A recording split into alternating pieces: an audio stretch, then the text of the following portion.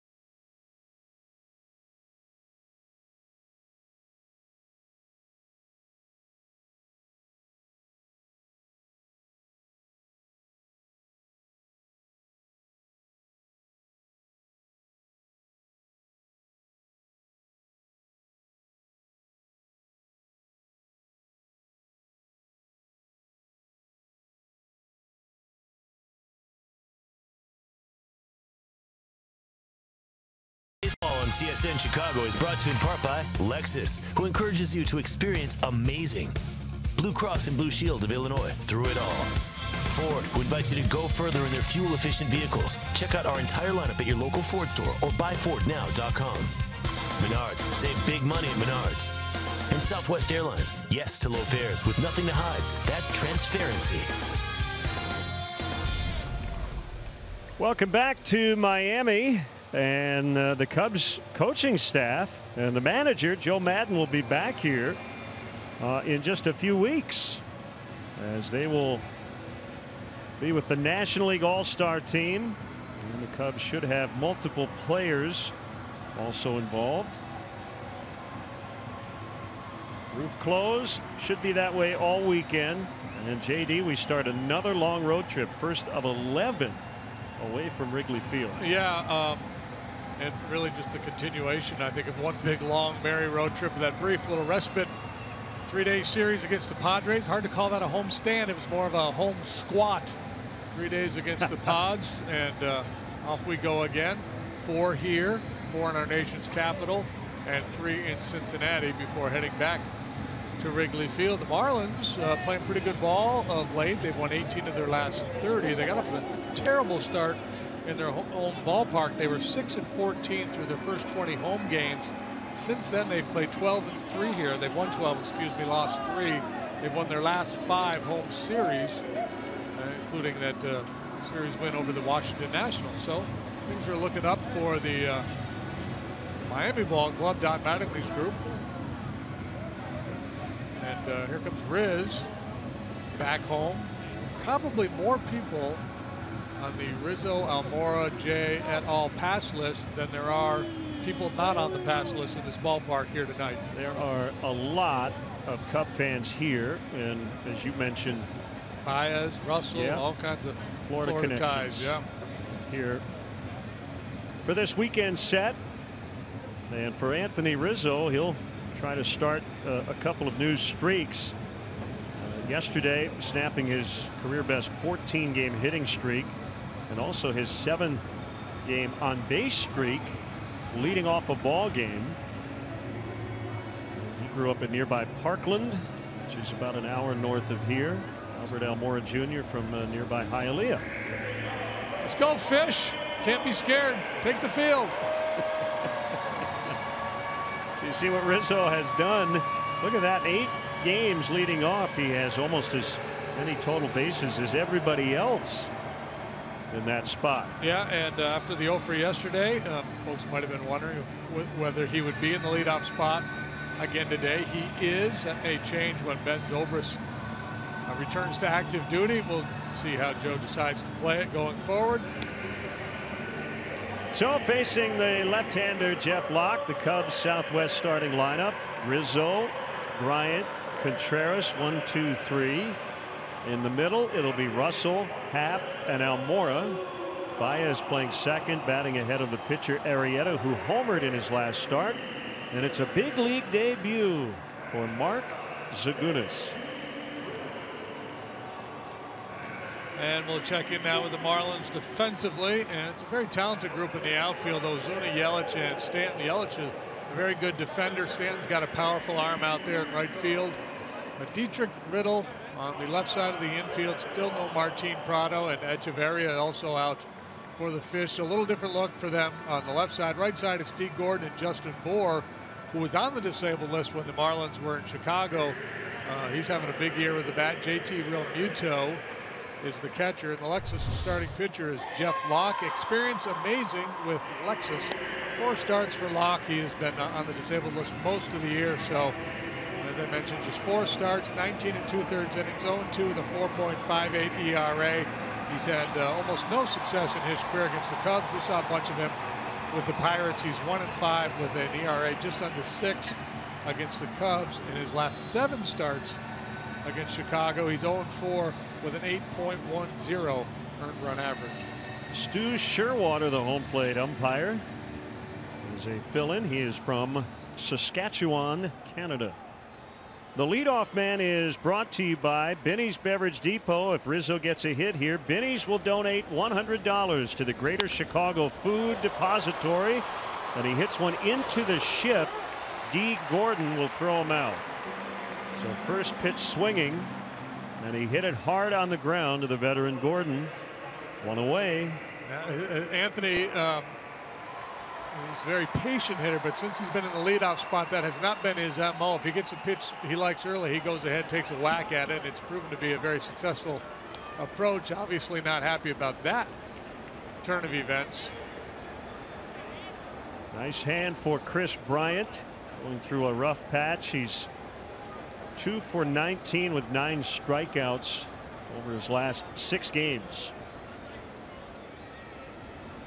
Locke turns and throws, and it's a fastball, 91 for a strike. That's about as hard as you'll see Locke throw.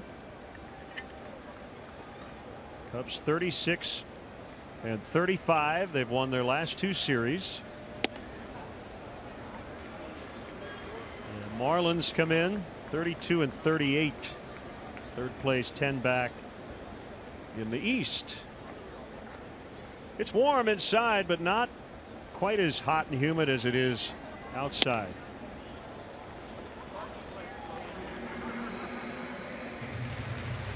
Two and one on Chris. Locke, essentially a 3-pitch pitcher, fastball, changeup, and a curveball. Every now and then he'll throw a slide ball.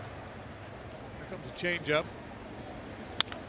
And he bounces it foul. The Brewers earned a 2-2 split as they beat the Pirates last night, and then again today 4-2. So the Cubs are 2 games out going into play tonight. Milwaukee at 40 and 35. The Cubs 36 and 35. Called strike 3. I don't think so. It was a little bit off the outside corner, and Locke got that one up to 93 miles per hour.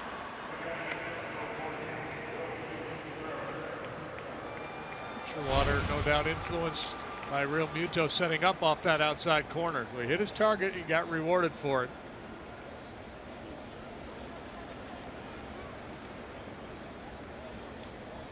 Here's Contreras with a very unlucky day at the plate against the Padres yesterday.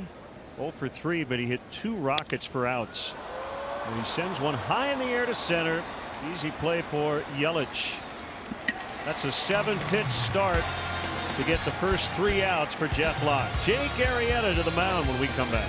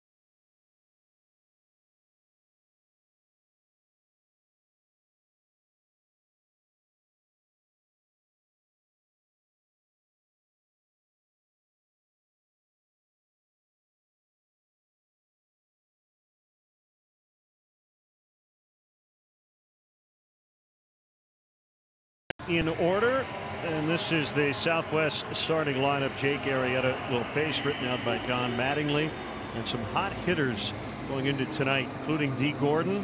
Stanton had the game-winning hit yesterday off Max Scherzer. Yelich in center. Ozuna probably will play in his home ballpark in the All-Star game. Justin Bour was on the DL the last time we saw the Marlins. Realmuto the catcher, Dietrich at third, JT Riddle at short, and the pitcher Locke hitting ninth.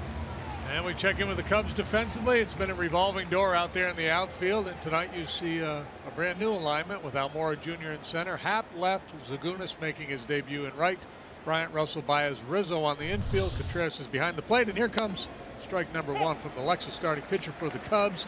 Experience amazing. His name is Jake Arrieta. He is 6-5 with a 4.64 ERA. 15th start.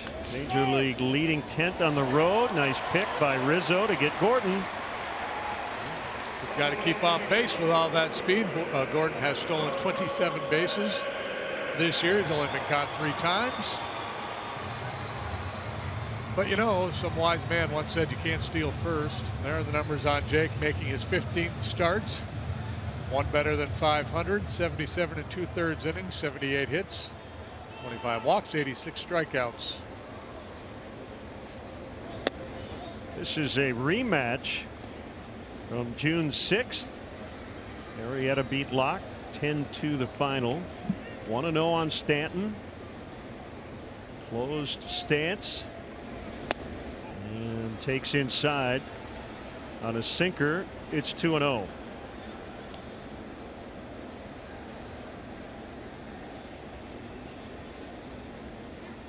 Very talented lineup that the Marlins have. Good balance left and right, power from both sides of the plate. Rolled right to the shortstop, Russell. Couple of ground ball outs, and here comes Christian Yelich. And boy, what's going on in the stomach of that guy? Mark Zagunis making his major league debut, 24 years old. This is a young outfield, huh? It's a young team. Too many younger 3-man outfields than Happ, Almora, and Zagunis. Zagunis 24, Happ 22, Almora 23. The 8 position players on the field today for the Cubs averaging 24 years, 125 days. Did you do that math yourself? I did. I got my calculator out. Actually, I just added up all their birthday years and divided by 8. So it's probably not completely accurate. Not exact ciphering, Jethro. Another ground ball out and a 7-pitch inning for Arrieta. So the 2 starters sharp, at least in the first. 0-0.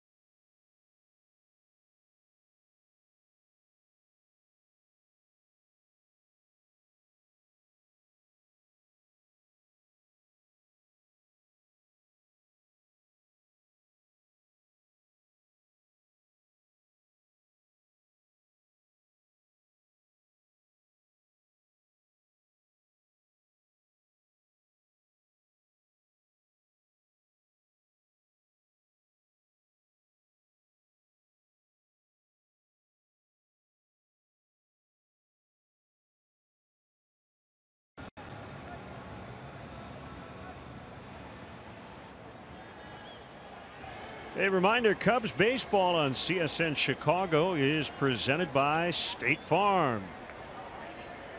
Great to have you with us tonight as Addison Russell, Pensacola, Florida native. About a 7-hour trip from Miami. Takes ball one. Locke with that exaggerated turn and a base hit over a leaping Riddle. Russell the first hit, first base runner for either team. Maybe down towards the end of the bat a little bit, but he's been finding the barrel a lot more here frequently. Positive sign. He appears to be headed in the right direction. Top spin winner into left for a leadoff knock.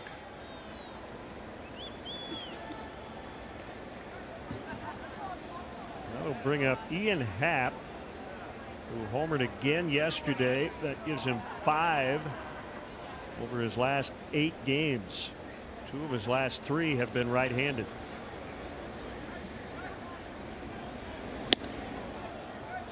And the home run was one of just 2 Cub hits. StatCast is powered by AWS. It was a bullet.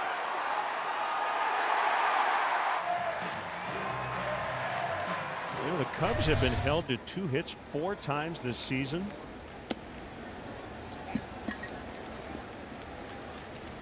Normally you think a game like that, it's, you know, because of the efforts of a dominant starting pitcher. That was not the case, as the young kid Miguel Diaz had to leave after 2 1/3.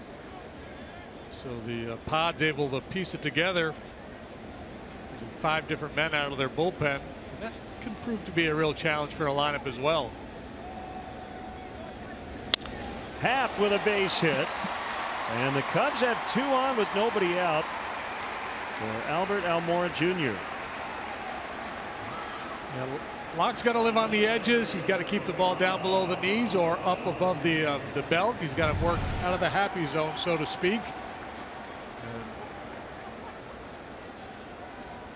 obviously that was not in a good spot. Well, it was for Ian Happ, not so much for Locke. And if you're going to ID somebody who might have a big night here, how about Albert Almora Jr.? 353 in June, 370 this year against left-handed pitching. We are having some video issues, so we apologize for those technical difficulties, and we are working to remedy those ASAP.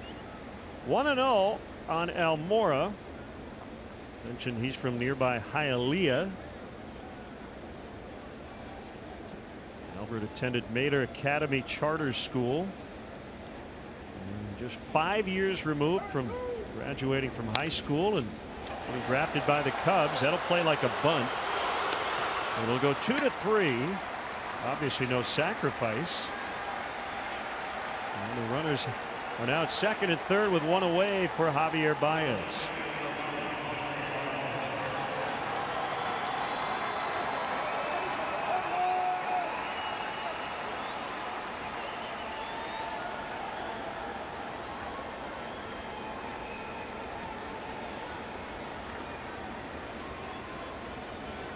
Bohr moves in at first. Everybody else back.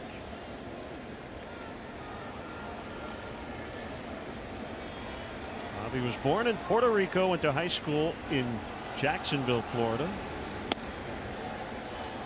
Takes curve outside for ball 1.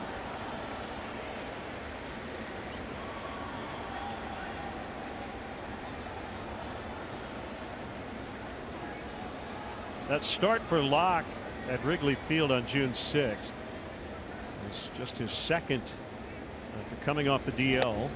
JD mentioned it earlier. He missed most of spring training and the first 2 months of the regular season due to a shoulder injury.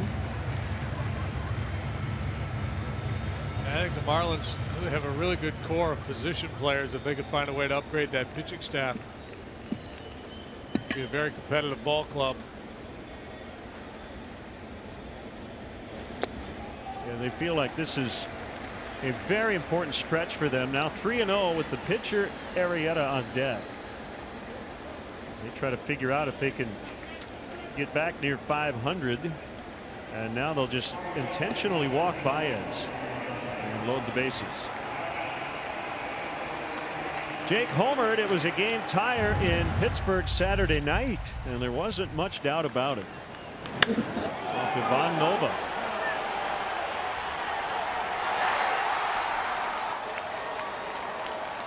Locke better be careful here.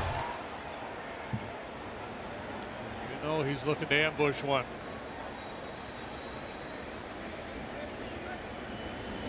And the pitch is in tight. 1-0. Get going with the batting gloves tonight. He did not have them on Saturday when he hit that home run. Zagunis, by the way, is on deck. 2-0, and Realmuto will head out.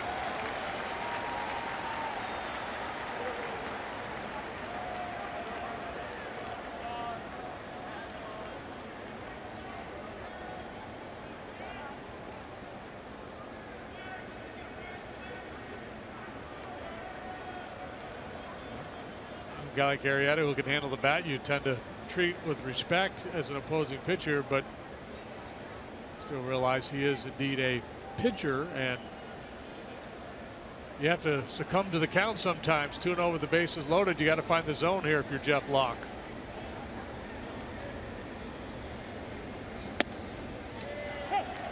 Bottom of the zone strike, 2-1. That's a good take there by Arrieta. That's likely a ground ball to short if he puts it in play.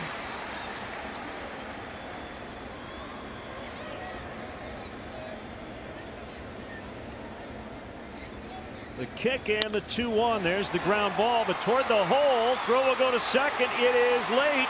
Everybody's safe. Cubs lead 1-0.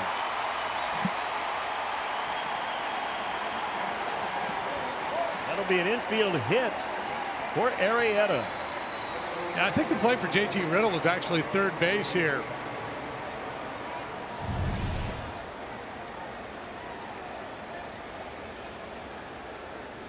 You know, he's fielding that ball. He can't see where Baez is, but he knows he's not going to get two here.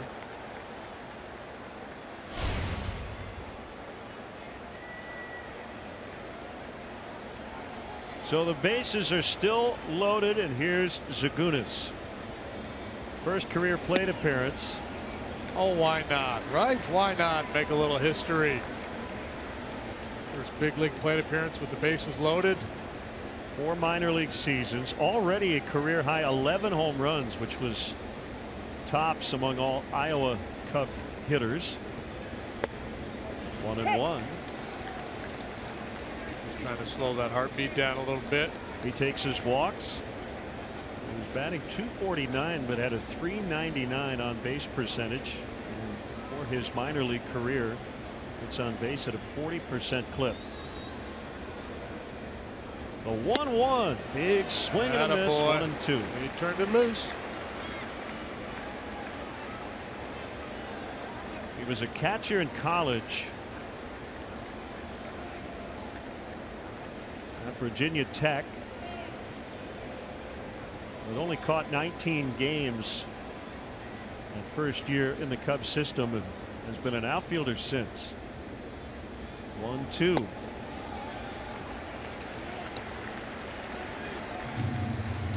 New Jersey native. His dad played college ball at Rutgers.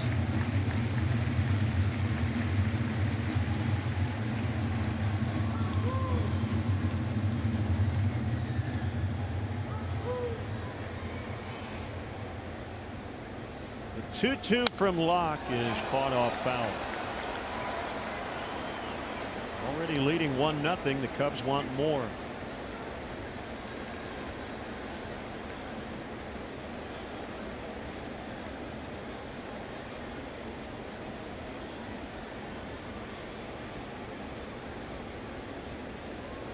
Kids put together, probably remind folks around here a little bit of Dan Ugla.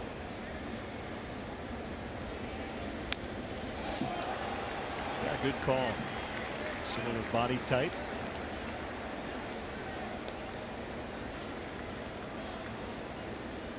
He's a non-roster invitee to spring training this year. He wasn't on the 40-man roster, so he had to be added to the roster. Schwarber back to AAA. Hayward to the DL. Cubs playing with just a 3-man bench tonight. They added Dylan Floro to the bullpen. Ground ball. Another play by Riddle. This time he will get the out at second, but Zagunis will get an RBI in the fielder's choice, and it's 2-0.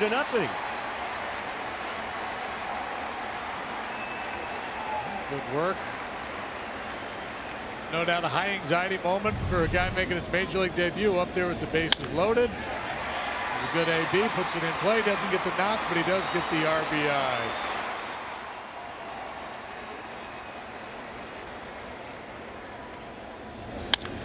Gordon almost he off get the it. bag too soon.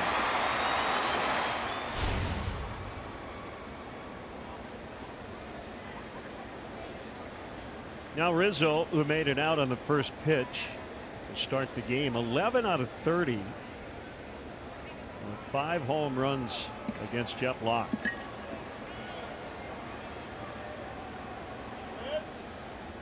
Two runs in. You have men at first and third, and took a big rip at that one. Yeah, the only pitcher he has victimized more in the home run department is Willie Peralta. He's hit 7 off Peralta. Next on that list is left-hander Jeff Locke.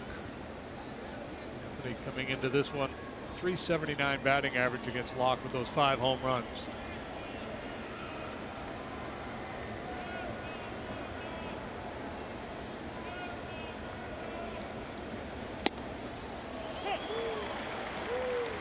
Zagunis is not a burner, but he'll steal the occasional base.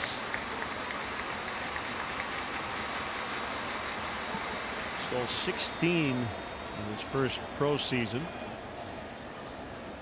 I don't think he's going anywhere here. Well, there he goes on the 0-2. I stand corrected. And he steals second base. I spoke too soon.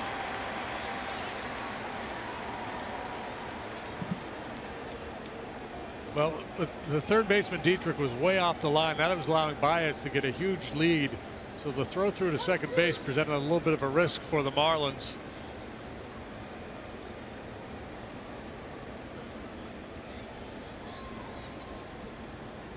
Sets up a 1-2, and Rizzo way out in front bounces it in and out of the dugout.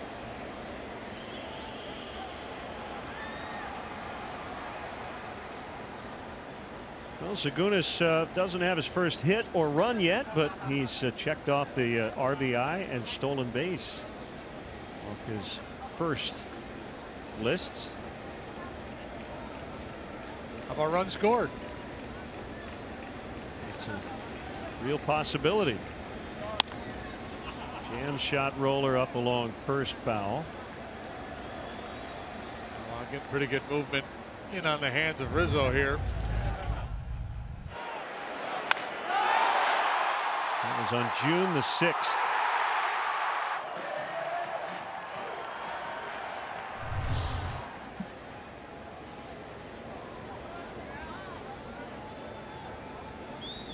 A 7-pitch first inning, with Locke working very hard here in the second.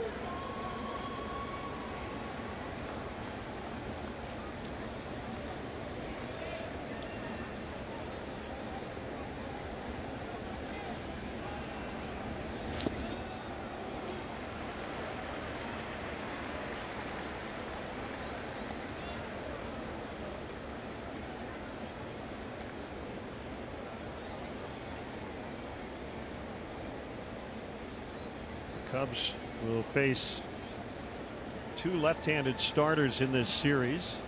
Locke tonight, Justin Nicolino late Saturday afternoon.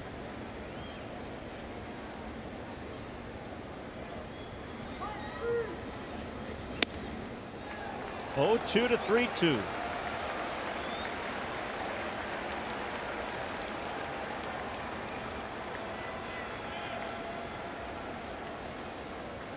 Trying to get Anthony to bite that breaking ball down below the knees. Elevated fastball off the plate.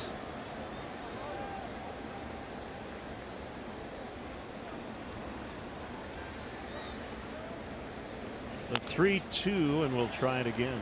Got a little nibble there. It's kind of like fishing, right? It's like Locke is dipping that bait, and he sees when you're in real clear water, you can actually see the fish. But why isn't he taking the bait? Why isn't he doing it? And you get frustrated, and that's what happens when you pitch against a guy like Rizzo. Why did he chase that pitch?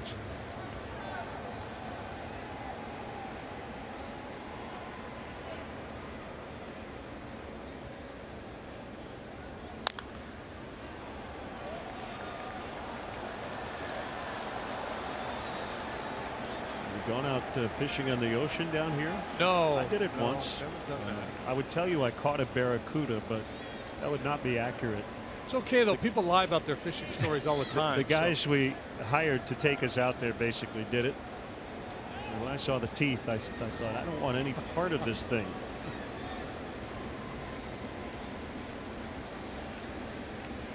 Another 3-2, and he walked him. How about that plate appearance? And that's the thing. There's got to be a willingness and trust in the guys hitting behind you that they can do damage.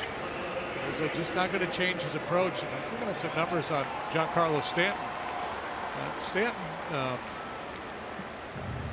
when he's batting with nobody on base, strikes out like 19% of the time, better than league average. When he's batting with runners in scoring position, it's up around 28-29%. That's what makes a guy like Rizzo so special. He doesn't change his approach. Juan Nieves, Marlins pitching coach. And you could say the same thing about KB too. Going through a little bit of a rough patch right now, but he maintains that same disciplined approach regardless of the game situation.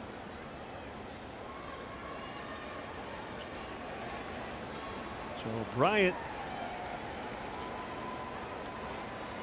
has now struck out in 10 of his last 20 at bats. So he stands in with the bases loaded, 2 runs in, and takes a strike.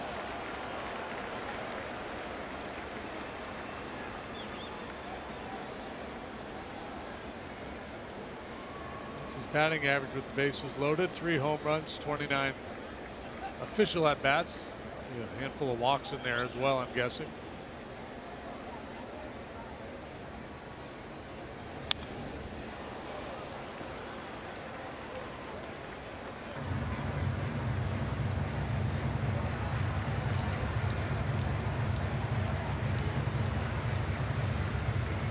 Well, the pitch count is at 40. But it depends on how you get there. If it had been 20 pitch first, 20 pitch second, not necessarily taxing on its face, but 7 and 33, yeah, very taxing here this second inning. Ground ball to short, that will end it. If the Cubs do get a couple, the RBIs coming from the 8 and 9 spots, including that man right there in his big league debut, 2-0.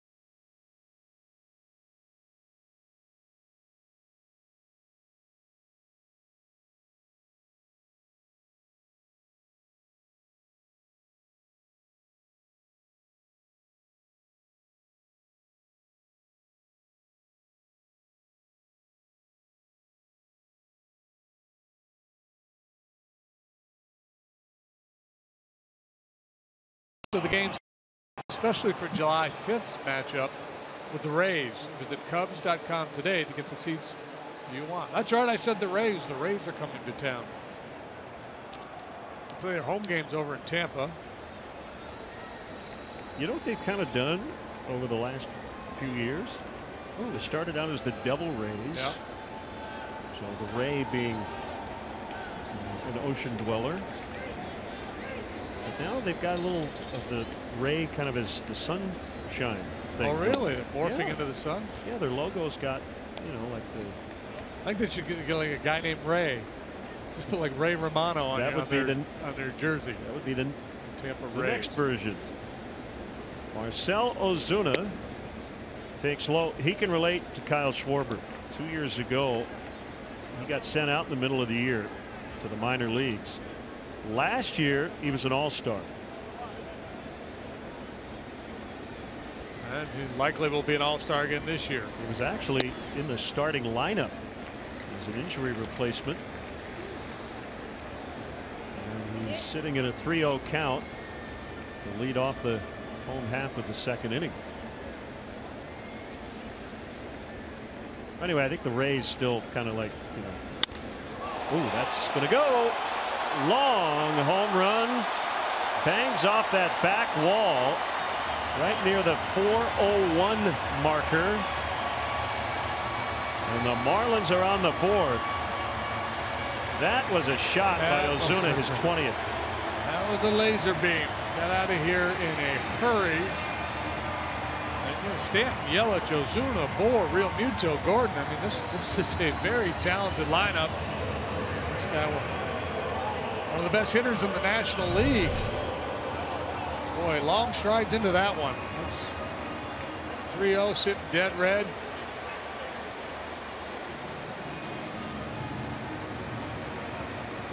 Not a whole lot of drama in terms of wondering whether it's going to get out or not. That's your Ford home run replay as Jake gives up number 13 on the season. And Ozuna hits his 20th, and here comes another beast.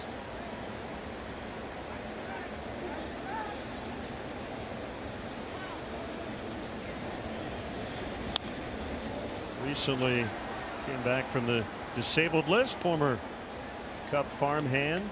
And he was dealing with an ankle injury, hitting .361 with 15 of his home runs, all coming since April 30th. And that batting average tied for the best in Major League Baseball since April 30th. His slugging percentage of .744 since then ranks #1. You add up all the numbers at first base for this Marlins team, 23 home runs combined. Only the Braves have gotten more home runs out of that position. On the ground, and it's Baez to make the play. Speaking of which, did you see where Freddie Freeman has volunteered to move to third base when he gets back from the DL? To keep Matt Adams in the lineup. Acquired Adams as a stopgap measure with Freeman on the disabled list, and Adams is tearing it up for Atlanta. So it can prove to be kind of weird to say, because Freddie Freeman was having as good a year as anybody when he got hurt, but his injury could prove to have really positive long-term effects on the Braves. Very athletic catcher JT Realmuto, and he takes a strike.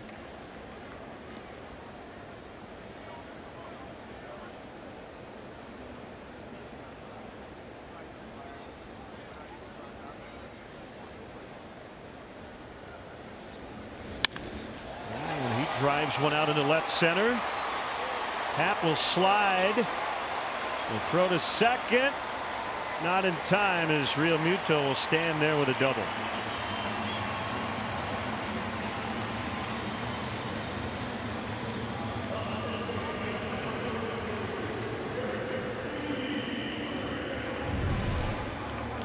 Trying to go down and away, and sinker right over the heart of the plate. Nice play here by Happ. Really nice. We'll bring up Derek Dietrich, left-handed hitting infielder. He's playing third. JD mentioned the left side of their starting infield on the disabled list, Prado and Echeverria. There are all kinds of reports today that the Marlins are shopping Adeiny Echeverria. They feel comfortable with JT Riddle, who is on deck. Running. Realmuto's going to be out at third. Contreras nails him. That's risky business there with Contreras behind the plate, a left-handed batter in the box. Spoke about Realmuto's athleticism earlier. He did not have a particularly big lead, nor did he get a very aggressive secondary lead. He thought he could catch the Cubs unawares. The throw is good, the tag applied. Realmuto heads to the dugout. Well, the upside there is to get to third with less than 2 outs, but now base is empty. And foul strike, 1-2 on Dietrich. Sounds like several teams, including the Cardinals, have expressed an interest in Echeverria, who is out with an oblique injury. Popped into left, and it'll be Happ. And as we go to break, we remember our good friend Kim Butler has worked on the crew here for a long time. She lost her battle with cancer last fall, and still with us though in our hearts. We miss you, Kim.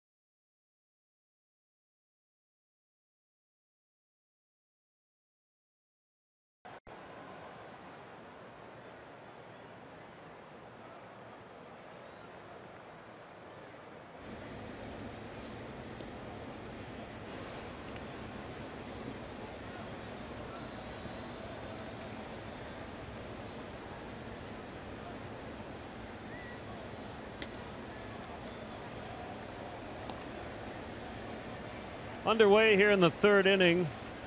Cubs lead 2-1.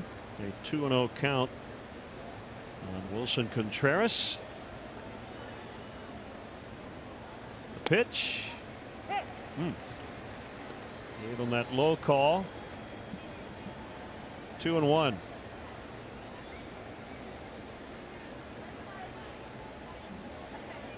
One of those guys that'll pitch backwards, work out of the zone with a fastball, throw the changeup in hitters' counts. Like that. He threw it on 2-0, got the call. He's probably thinking he maybe could get contact from Contreras. get him out in front of a 2-0 changeup. Wilson didn't bite, but he got the call and then came right back with another one on 2-1.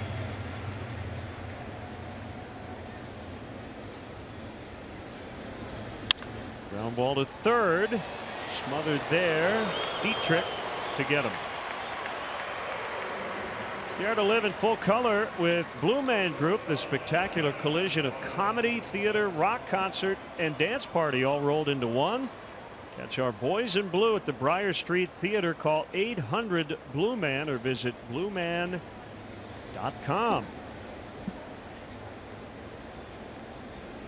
Russell started the 2-run second with a leadoff single.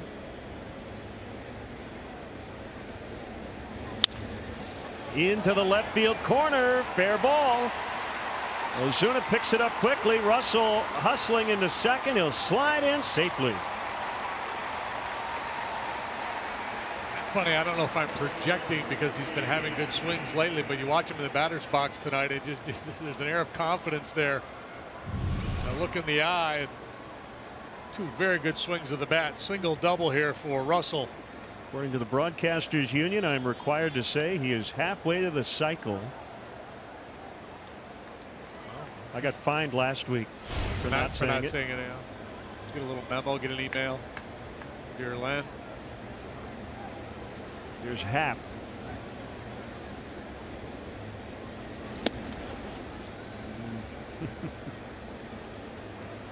As he's showing bunt, I picture Joe Madden going, Ian, no! Yeah, swing! Yeah. You hit a home run every 11.3 at bats.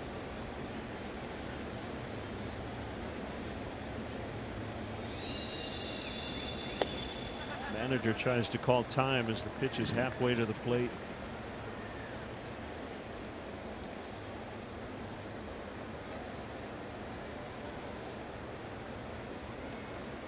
Well, here we go. Does he challenge or does he throw the changeup again?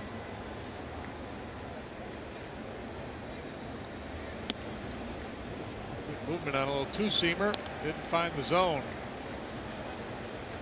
Well, there it is. Ian Happ with a minimum of 100 at bats. He ranks 6th in Major League Baseball, homering every 11.3. 3 kids on that list. Yeah. Bellinger, Judge, and Happ. Base hit to left. Russell will stop at third. 4 and 5 guys, a combined 4 for 4.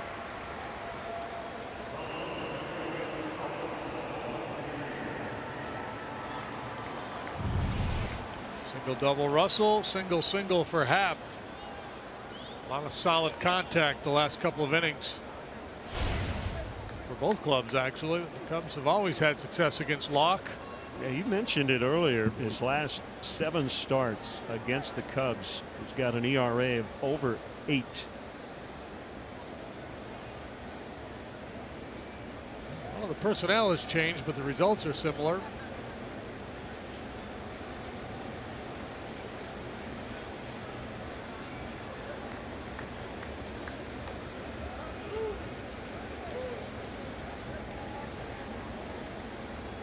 Play for 2 in the middle. Bounce to third. Russell tagged out, and that'll be a double play. I don't know if I've ever seen a play quite like that. He's got to keep going for one. You just got that because you're trying to stay out of the double play. Right, So you just start running home, force that thrill home. Otherwise, they're going to go around the horn. He gets locked up. He should be heading home.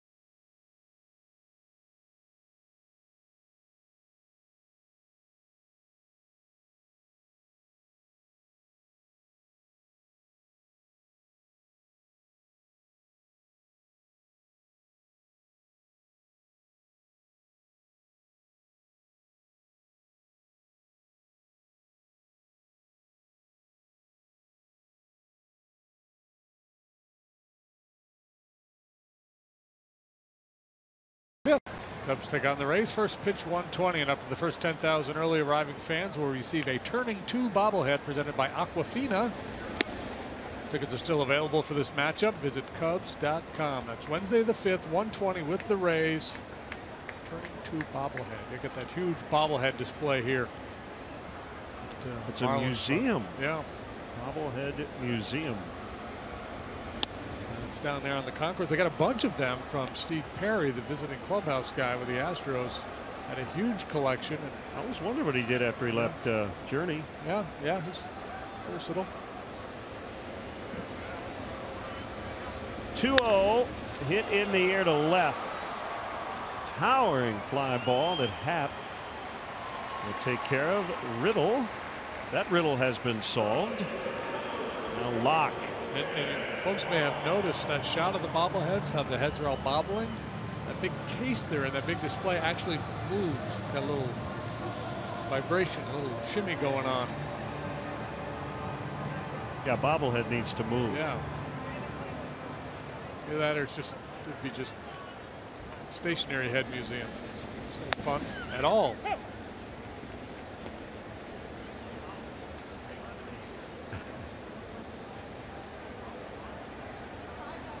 On strike on Locke, make it 0-2.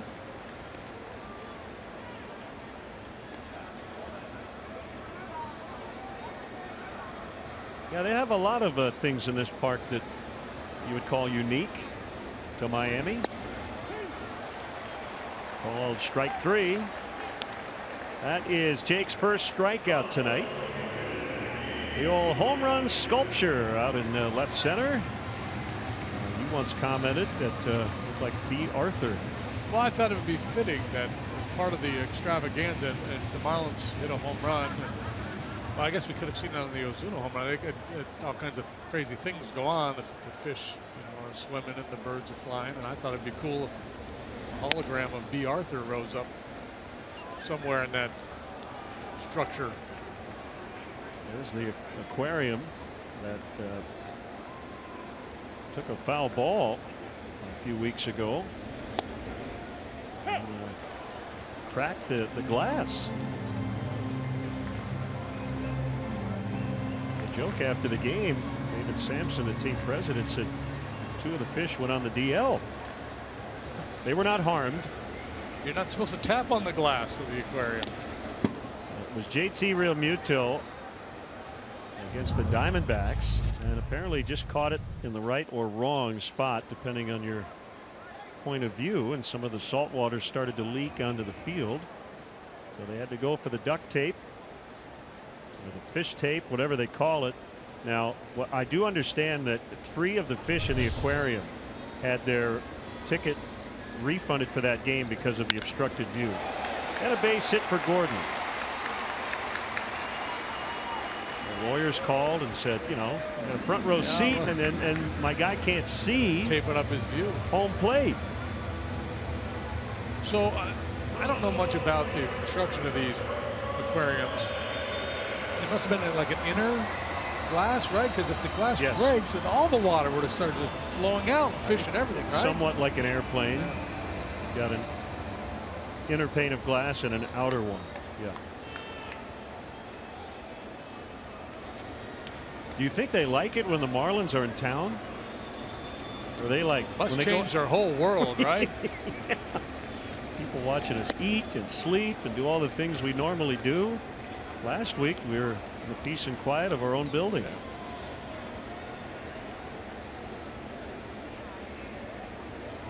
What the heck is going on?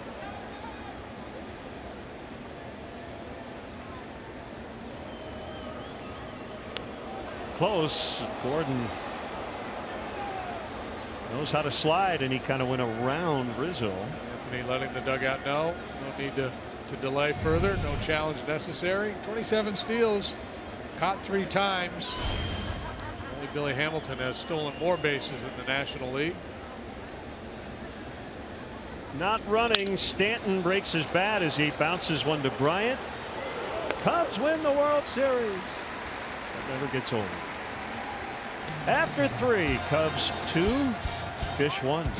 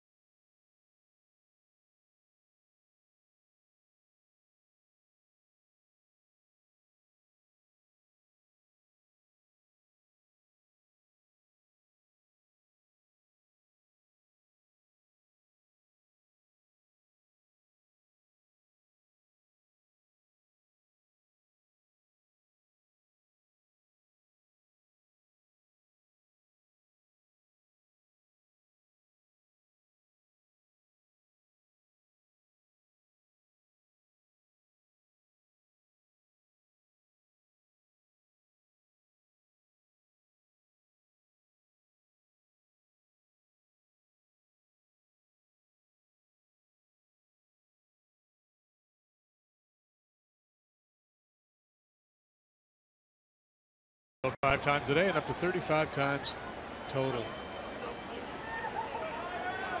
Cubs again will be well represented. Joe Madden and his entire staff will be here. Change up. Baez missed it.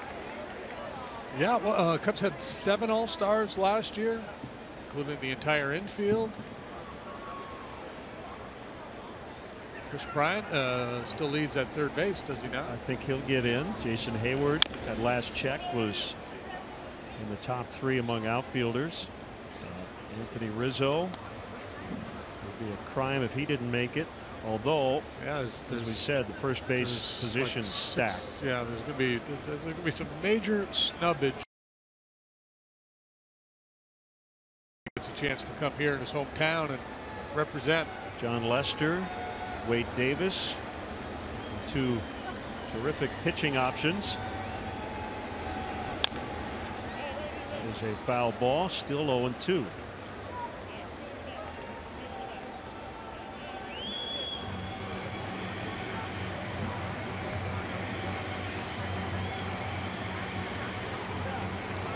So Kyle Schwarber, the headline today got sent out to AAA Iowa. Heard Theo Epstein on the score today, going through his thoughts on it. Off the end of the bat and an infield pop up.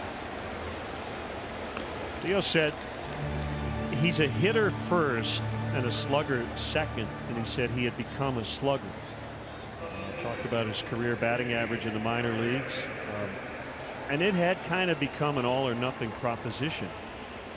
All of his hits lately had been basically doubles or home runs, and he felt that maybe the mental struggles kind of bled into the fundamental or mechanical issues. And he said they told Kyle after the game yesterday, this is not us giving up on you, this is an investment we're making in you. And he just wants him to go down and hit. Yeah, do what he does. Take him out of the maelstrom a little bit. Right here, everything is magnified up here. There's higher pressure at the major league level. Everybody's talking about it. It's been a topic of conversation all season long, his struggles. So now he can step away from all of that and just go play baseball. Arrieta floats one out into left center, and he's 2 out of 2. Got a good stretch here offensively, helping his own cause. That'll bring Zagunis up. He knocked in a run on a fielder's choice in his first career plate appearance, and then stole second base. Now, Kyle Schwarber only has about a season's worth of minor league at-bats under his belt. And remember, he missed all of last year. Had what, 4 at-bats in the regular season, a handful in the Arizona Fall League before joining the team for the World Series. So 519 career minor league at-bats. Anthony Rizzo, by comparison, had close to 1,700.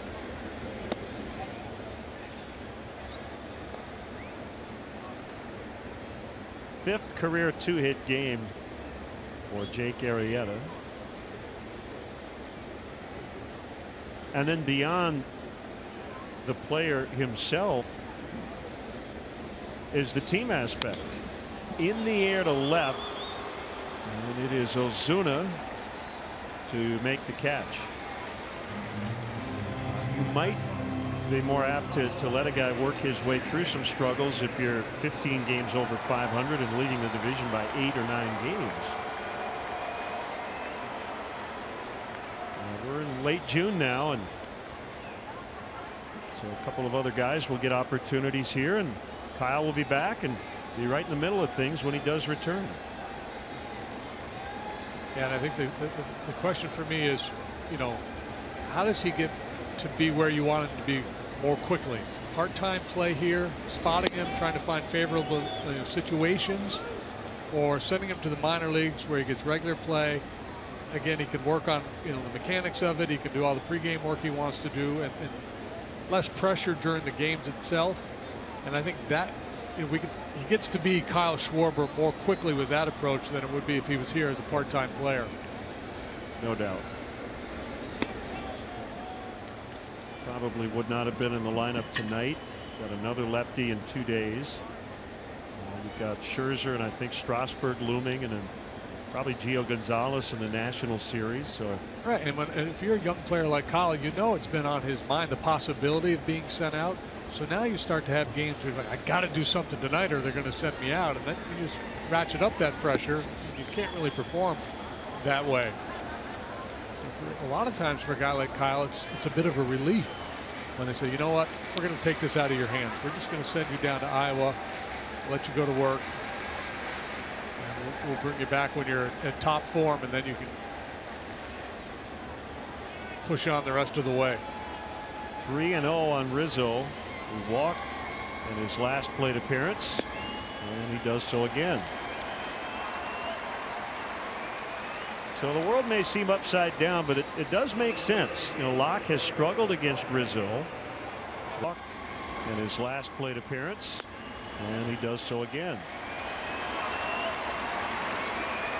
So the world may seem upside down, but it does make sense. You know, Locke has struggled against Rizzo, but you wouldn't think of a lefty working around a lefty to get to last year's MVP. But that's possibly what we just watched. I don't think he's working around him as much as he's just doesn't know where to go. It may sound like I'm saying the same thing, but no, in his mind, he just doesn't know how to get Rizzo out. And one way to not get him out is to throw it right down the middle.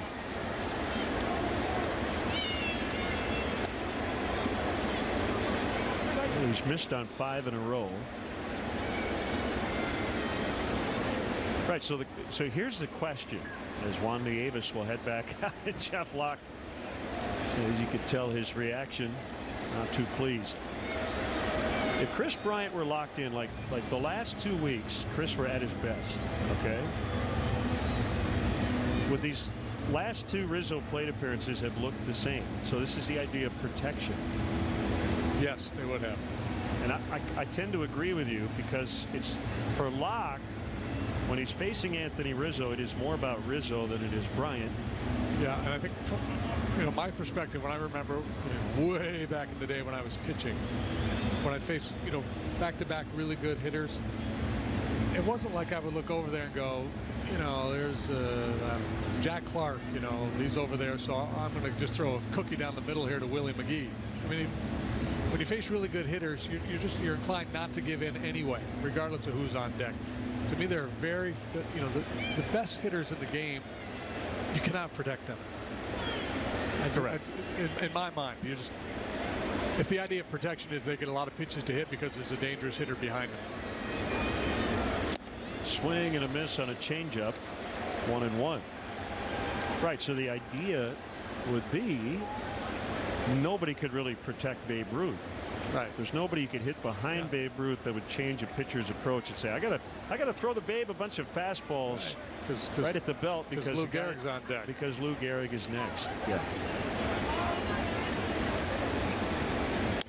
You've got to work your tail off to get the one guy out, and if you get him, you got to work equally hard to get the next guy out.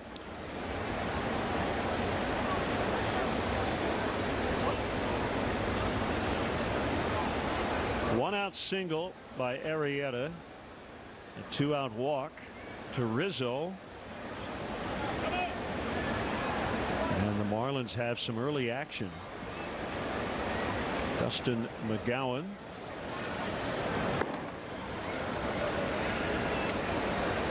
Right-hander up in their bullpen. 3-1. Contreras waits on deck.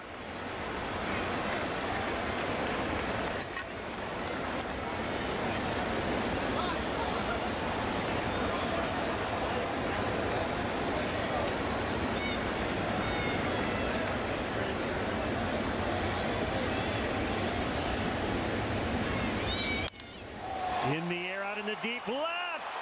It's gonna go. A 3-run homer for Bryant.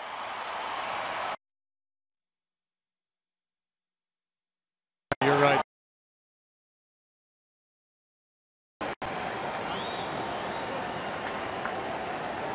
RBIs 29, 30, and 31. There's your Ford home run replay. Real quiet with the lower body, turns the hips, and explodes through the zone. And off she goes.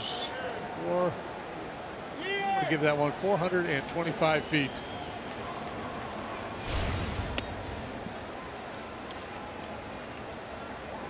Swinging strike on Contreras.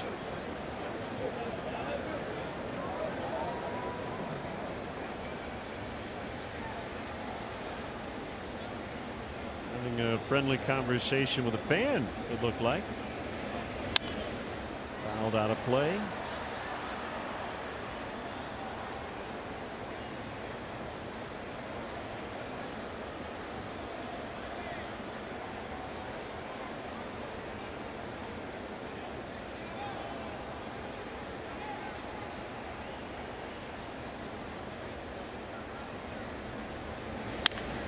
Ground ball foul. One feature in particular I really like about this park is they've got random distances beyond the walls. So that 427 sign right near where Bryant homered, it's above that high wall and little patio area. You've got some signs above the second deck and right reading 465 and 448. As Contreras strikes out, and the inning is over, but the Cubs get 3 on the Bryant home run, and they lead this game 5-1.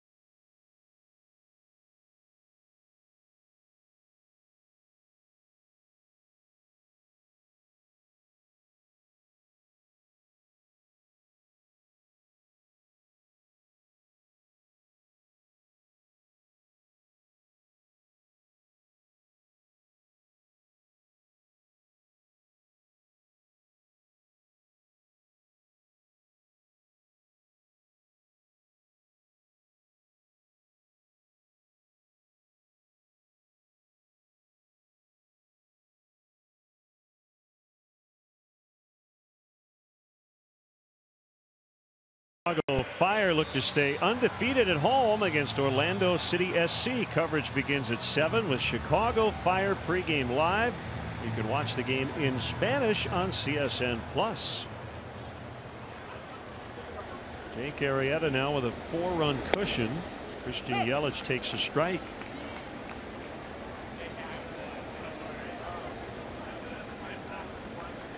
Marlins with an improbable series win over the Washington Nationals. They took 2 out of 3 from the Nats.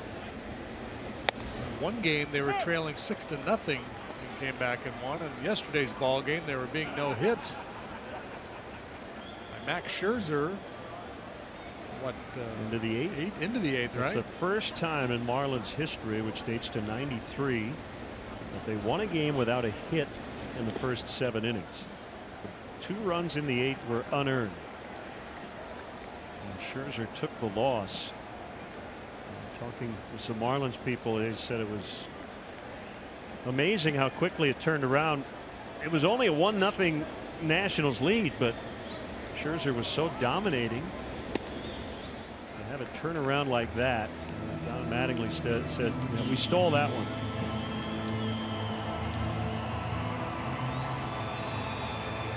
Guy was really good too. Dan Straley made the start for the Marlins. He's pretty solid for them.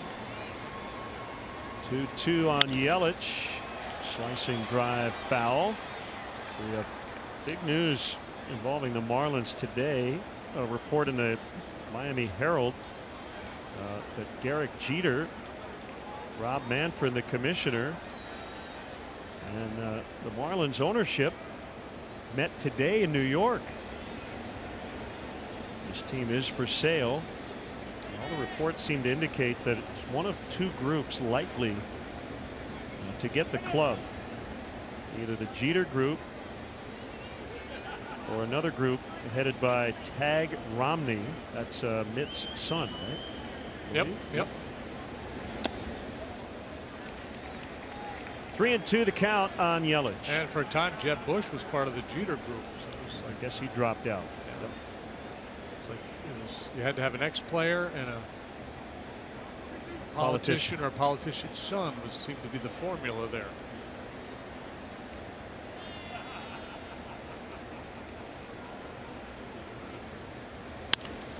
Line to Bryant for the out. Hang with it for Yelich. You see him hit a lot of balls on the line. He uses the whole field. This time his good approach not rewarded because Chris Bryant was Johnny on the spot. Do we know who Johnny is, the original Johnny? Johnny, no. Johnny Busick.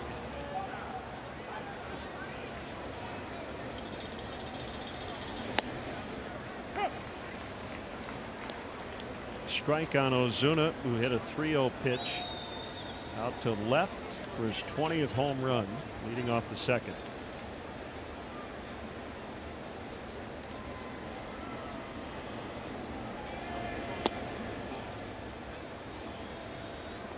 Breaking ball just stayed inside for Arrieta. He's kind of morphing a little bit. Uses the curveball a lot more than the slider these days. Got hurt on that slide ball this year. A lot of damage with that pitch. There's one there.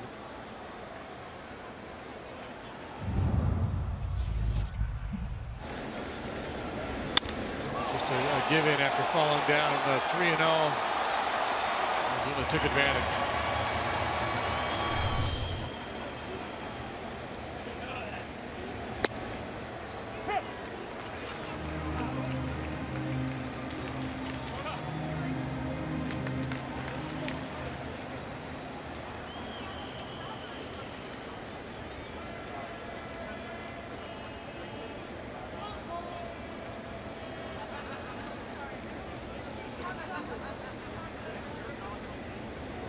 On a 2-2. Opposite field shot out to the warning track, hauled in by Zagunis. Oh, he's got power. Yeah. Just kind of an inside out. Just muscled that ball to the track to the opposite field.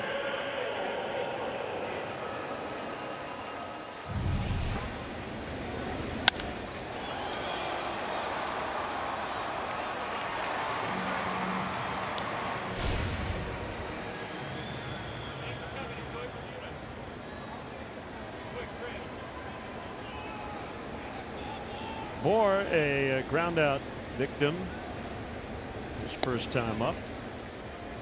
He has big time power too. That's a good group. You go to BP early and you watch a hitting group that has Moore, Ozuna, and Stanton in it. They'll put on a pretty good show for you.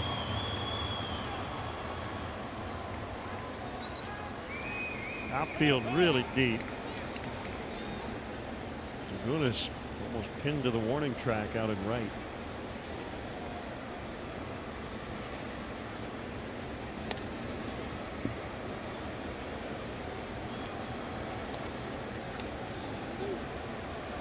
Bit of a late arriving crowd. Not easy to get in and out of here, and traffic in Miami is never easy.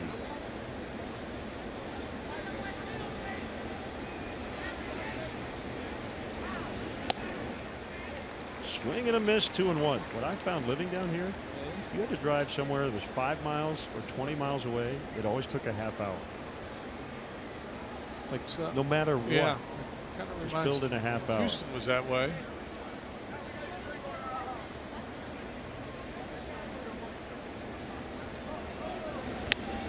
Two and two. Must be the humidity. Slows everything down.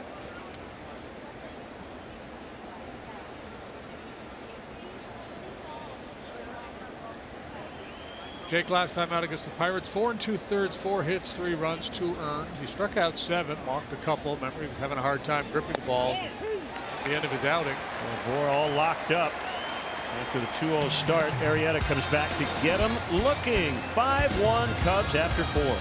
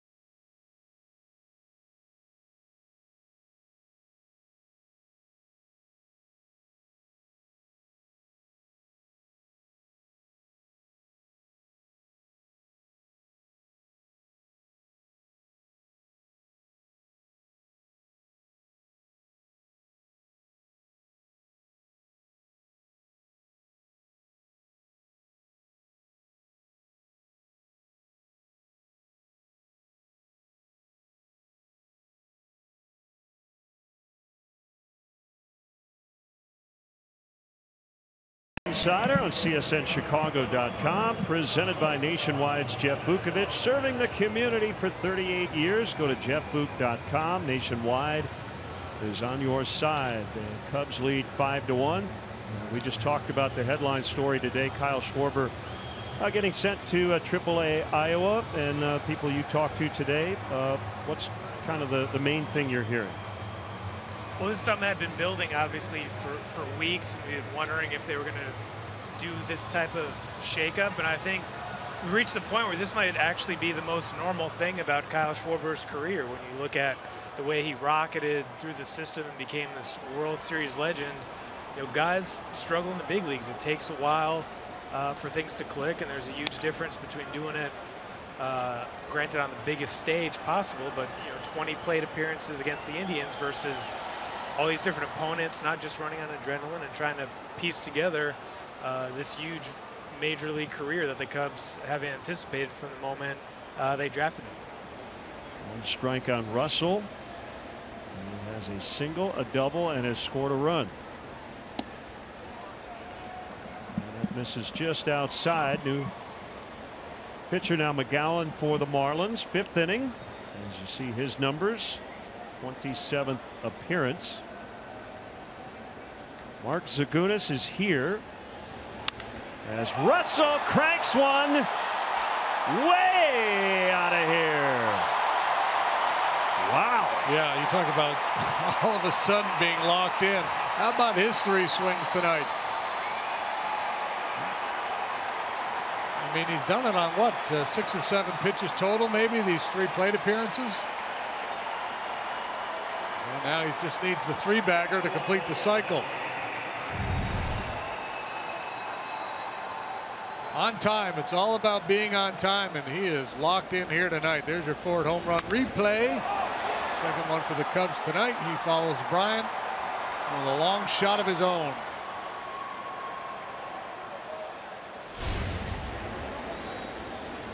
Ian Happ takes outside for ball 1. Theo Epstein on the radio today would not put a time frame on how long he expects Schwarber to be down at AAA, but he said until he becomes that hitter again. What did Joe Madden have to say about it today? What is interesting, this guy who played only 17 games at the AAA level in his entire career, and Madden has Schwarber's back. He framed this as he is going to be back. He wouldn't put a timetable on. I don't think anyone around the Cubs will. Jed Hoyer said the exact same thing, but it just had gotten to this point where you keep doing the same thing over and over again, and they felt it was just at that point where they had to just kind of pull him back from this. They're going to give him a couple of days off. He's not immediately reporting to Iowa, and we'll see if he can, in a weird way, be that guy he was in 2015 when he came up in the summer and gave this team kind of this jolt out of nowhere. Some other injury notes. Jason Hayward put on the DL. He did not play in that Padres series due to the abrasion on the hand, as that one is rolled into left. Happ 3 for 3. Russell 3 for 3. And it'll bring up Almora. Did you get an update on Ben Zobrist today? I know he would love to be back at some point this weekend. And Kyle Hendricks, I saw Kyle before the game. He hopes to be able to at least play catch or throw at some point this weekend, maybe as soon as Saturday. With Zobrist, it sounded like he'd probably get some at bats, a couple rehab games, and then I think with Hendricks, they've been slow to put that timetable on it because they want him to make sure this goes away. They don't want it something lingering or anything like that. I mean, JD would know how his most valuable, kind of part of his game, his right hand, and they want to make sure this completely goes away. So we're not asking the same questions right after the All-Star break or in August or in the stretch run. And it's such a funky injury. There's not a lot of history with it. You don't know exactly what you're dealing with. A guy sprains an ankle or whatever it is. Normally you can project, okay, we need to do this, that, and the other thing, follow through, and by a certain point in time, he's going to be able to resume activities full time. With this injury to Hendricks, it's just about feel. And I talked to him yesterday when we were getting on the airplane. He said yesterday was the first day he didn't feel any pain in his hand. So it's just, I think, step one, eliminate the pain. Then you start to play catch a little bit. And then you get on a mound and start to throw with a little velocity, start to manipulate the baseball and see how it responds to all that. And then one last note, Patrick, the Cubs have signed their top draft pick, left-hander Brendan Little. I know you follow the draft pretty closely. Anything interesting about Little that we should know as he gets his pro career underway? Oh, the Cubs, beyond the Cubs actually drafting a pitcher in the first round and kind of going out of their comfort zone. I think, this is a guy more on potential than performance. I got a guy at LSU, a College World Series type of performer, but this is someone who threw 4 innings at North Carolina, got hot in the Cape Cod League, and then went the junior college route. So it's kind of a different way of looking at the draft, but clearly it's a huge need for that. They got him. Happ is out. He thinks he's safe. And, he'd like the Cubs to challenge, but Joe will make that determination. It looked like Gordon caught the ball out in front of the base a little bit and had to reach back to apply the tag, and I don't know that he ever got him. I believe Joe has challenged. Yeah, he whiffed on the tag, and you see, watch Gordon here kind of smack the ground in frustration, because he knows he didn't get him. At least that's his sense. See, that's I didn't get him right there by slapping the ground. No. I shouldn't have to say this, but I will. That reaction by Gordon should have no bearing on whether or not he got him. It'll all come down to whether he tagged him or not. I think Gordon just saw the replay and might have said to himself, I actually did get you. But we'll find out. This is probably our best look. That looks like a no. I got a whiff. Yeah, I do too. That'd be fun to hear the conversation out there if there were like a couple of kids on the playground. Got you, did not, did too. Oh yeah? Bet you an ice cream sandwich you didn't get me. I'm calling safe. Patrick, you want to weigh in? You got a call on this? Whenever I see plays like this now, I think of Madden. Calling himself a tag freak, watching Javi play out there, and you realize how great he is at such an underrated, overlooked part of the game until Javi broke out up here. So his first major league stolen base.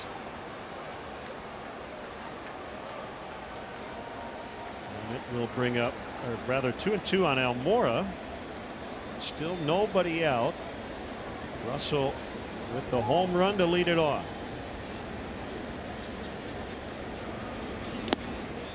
the dirt. They've got 2-2 on the board. We have 3-2 by our tally. I'm going with our call. Yeah, they just made an adjustment. Changed it. All right, make sure you get a pitch here.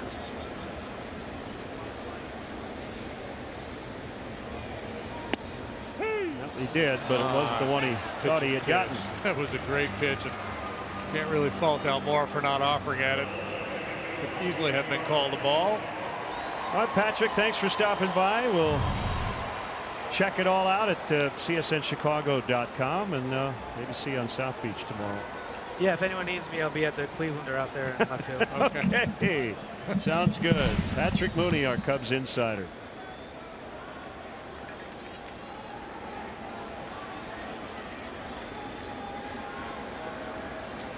Baez with one out.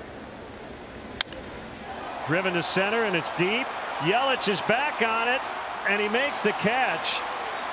He didn't look like he had a good beat on it, but he decided to just run back to the spot and then turn around and find the ball, and he did. It's a nice play by Yelich. Hat tagging, and he's now at third, 2 outs. Not an easy chance at all. That ball drilled right over his head. Had to turn one way, then the other.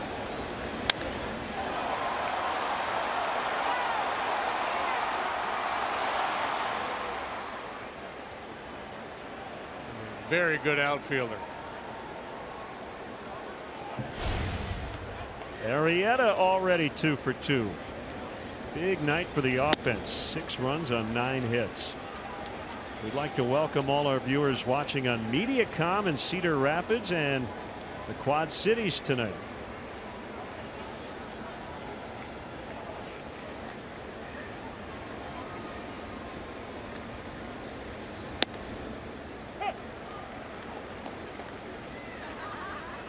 Arrieta seeking his first career 3-hit performance.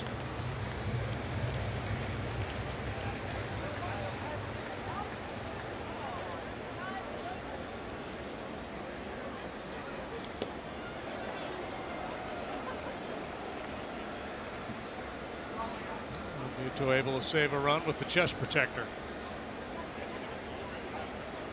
The former infielder like Contreras. Sometimes those guys fall into bad habits trying to use their hands a little too much. Try to pick that one. It's off the heel of your mitt, trickles away.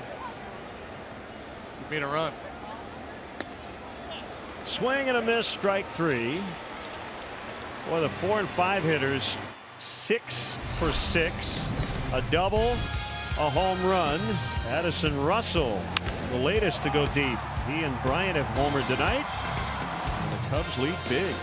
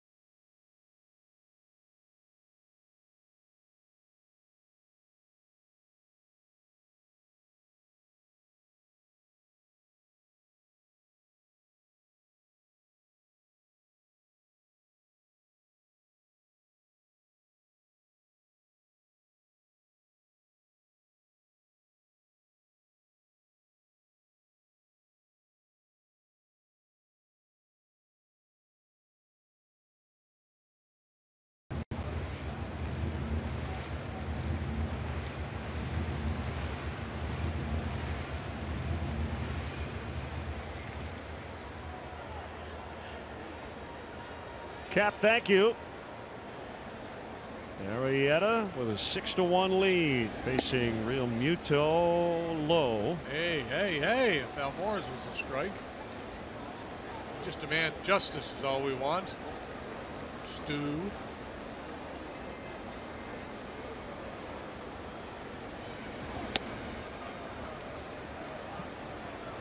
Couldn't get the high one either. 2-0. The White Sox and Twins had a rain delay of almost 5 hours today. So that, quote, matinee is only in the bottom of the 7th. White Sox lead 9-0. Wow, that's a long rain delay. You could watch Gone with the Wind and another feature film during that rain delay. You could watch.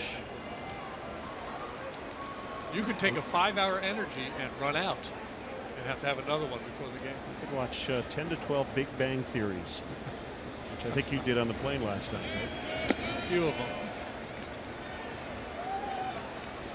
3-1 in that Brewers win today. Travis Shaw homered and doubled twice. Corey Knebel set a modern record, most consecutive games by a reliever with a strikeout to start a season. That's a base hit. So he's had a strikeout in every appearance? Yep. How many is that? Now I lost it. I'll tell you in a second. Let's get to Jake Arrieta, though. The 72-game stretch, he went at least 5 innings as a starter from September of 2014 until April 22nd of this year. His last 10 not so good, but he looks like the old Jake so far tonight. Well, yeah, and you know, the shorter starts obviously a bit of an issue. But in terms of the drop in performance, go back to about this time last year. The dominance that we had seen has started to fade away. Caught by Almora. So, you know, the Cy Young year, unbelievably dominant stuff. As good as stretch of pitching that I've ever seen. First couple months of last year, he was right there, maybe not quite as good, but still dominant. Then, I don't know, sometime around late June is when things started to fall apart's too strong of a word, but, you know, the decline in performance. It's been kind of a bumpy ride for him ever since then, and you've seen this downturn in velocity. So I think he's in a transition phase, really, where he's trying to figure out how to pitch without quite as much oomph on his fastball. So we're used to be able to reach back and get you 97, sit comfortably 94, 95. That's not there anymore. So he's throwing more sinkers, more curveballs. I talked earlier about the cutter, giving up some damage on the cutter this year. That was such an important pitch for him during his Cy Young year. So he's trying to, not relearn how to pitch, but just pitch with different stuff. And he has such a complex delivery to begin with. So you lose a little velocity. You try to muscle up to find it. You get out of sync with that delivery. You don't command the fastball. You make mistakes out over the plate. You give up some home runs that you're not used to giving up. And with that, you could understand where the confidence might suffer a little bit too. Guy who's essentially bulletproof for a year and a half, all of a sudden isn't anymore.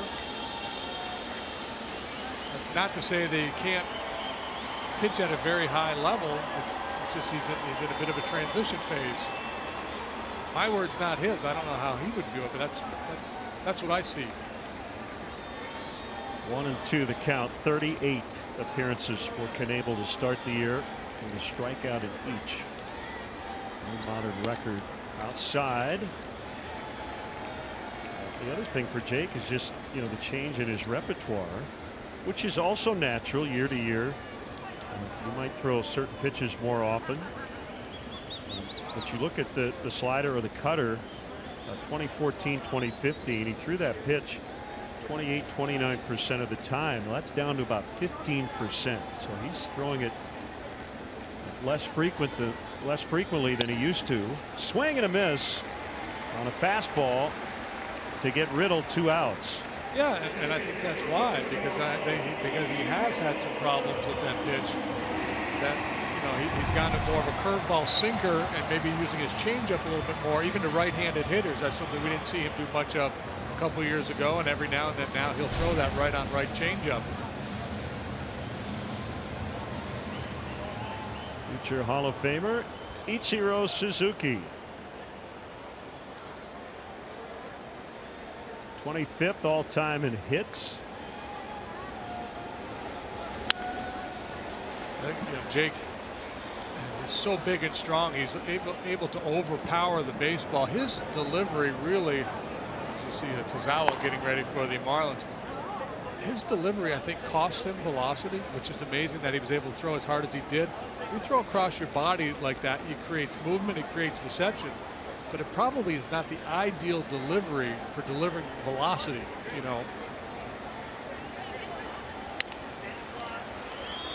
Sliding stop, Bryant. He'll get the out at second. And the Marlins are done in the 5th. So the man with 3,049 hits cannot add to that total. It's 6-1 Cubs.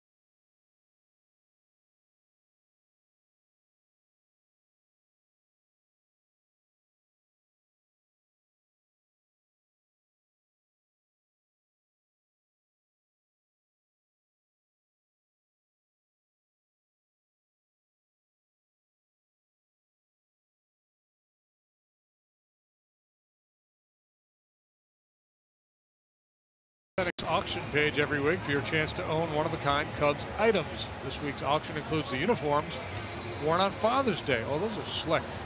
Go to Cubs.com/authentics before this Sunday at 8 p.m. to place your bid. Cubs will donate net proceeds from the sale of Cubs Authentics items to Cubs charities. It's like Jake got a haircut recently. Pitching well tonight. Only 1 run through 5. That was an Ozuna home run. And just off the disabled list, right-hander Junichi Tazawa. He had rib cartilage inflammation and was reinstated from the 10-day disabled list, replaced by Brad Ziegler, who has a back injury. Seems like it would be hard to pitch with rib cartilage inflammation. Probably why he didn't. Tazawa, his first year with the Marlins. He has spent the previous 5 seasons with the Red Sox.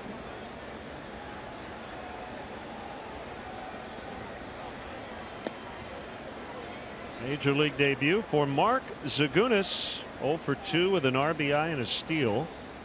Batting 9th and playing right field.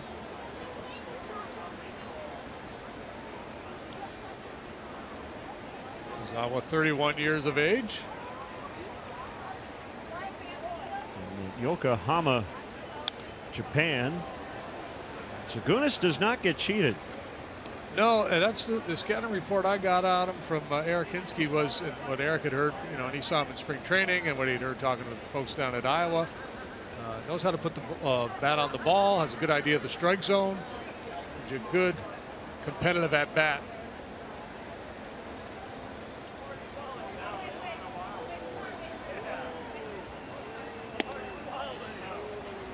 Fastball wide. 2-1 the count. Tozawa, like his countryman Uehara, features the split finger pitch. And like Koji, Tozawa has a World Series ring from 2013 with Boston. 2-2. A little more giddy up on the heater than Koji does. He had a willingness to work up in the zone with it. He's got this funky thing he does with his glove there as he comes set. He wants to make sure he's not tipping his pitches. 2, 3, 4, 5. Yeah, a little like Ryan Dempster used to shake the glove. Yeah, so I don't know. Yeah, I don't know if it's a grip thing or if it's a timing thing.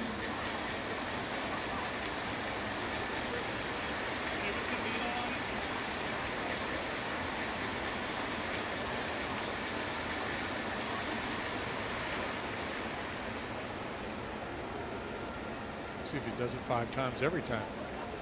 Yep.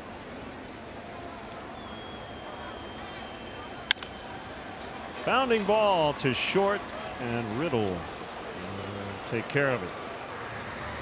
Advocate Healthcare is the official healthcare partner of the Chicago Cubs. We're for the comeback. We're for the win. We're for tomorrow. Tomorrow starts today at advocatehealth.com.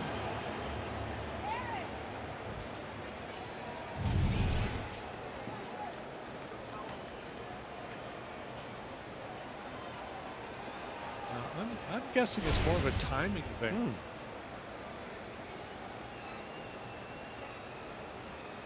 I should call him the Claw. On strike to Rizzo. Marlins will change their defensive alignment now. Dietrich, the third baseman, will head over to the other side of the field.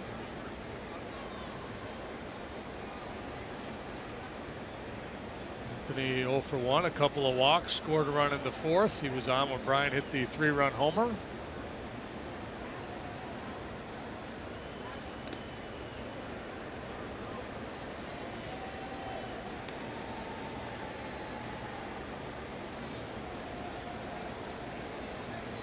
A lot of guys, whether it's a split finger pitch or a changeup, there's a tendency to fan the glove. So hitters learn to read that. If you see the glove expand, widen, you think, okay, here comes some kind of a changeup. Again, he may be trying to disguise that, or it might just be a timing thing. Good tight breaking ball, 1-2. Maybe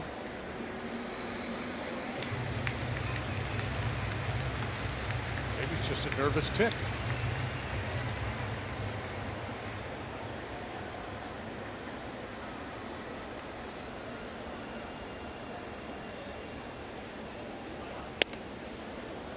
I'm going to tell you, if we were televising this game back in the 50s, this ballpark would not be properly displayed in black and white. No, it would not. We have every color known to man represented in this ballpark. Fluorescents and pastels. You got the bright green, you got the ocean blue. Jeffrey Loria, the owner, is an art dealer. Yeah, he wanted to capture the essence of Miami. And it does. A lot of teal. Florida orange. In the air, high and playable for Yelich.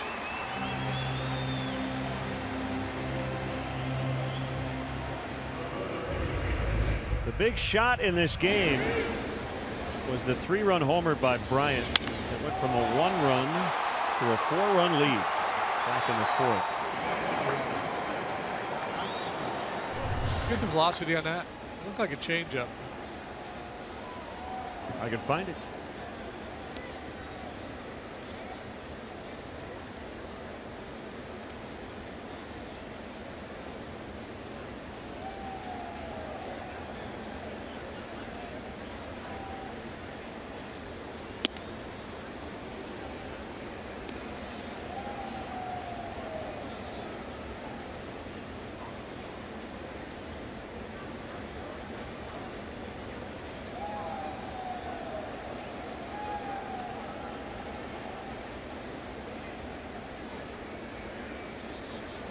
1-0.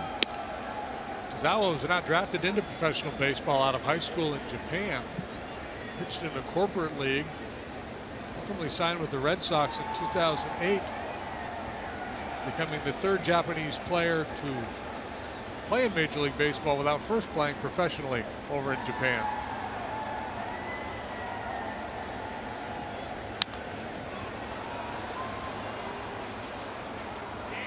It was a changeup, 81 miles an hour. The reason why I asked is because that's one of the points of emphasis for Chris this offseason was to stay on that changeup a little bit better, and he has, significantly so.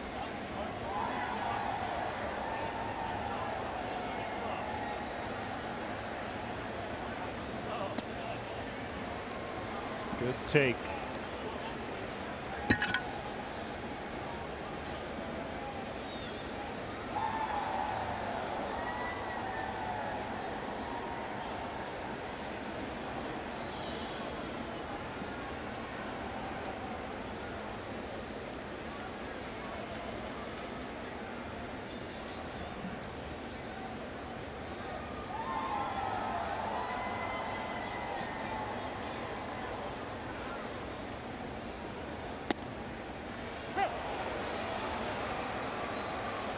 Fills it up.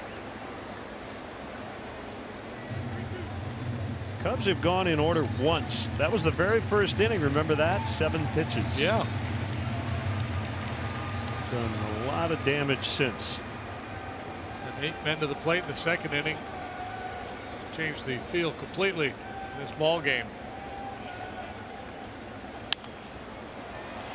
96.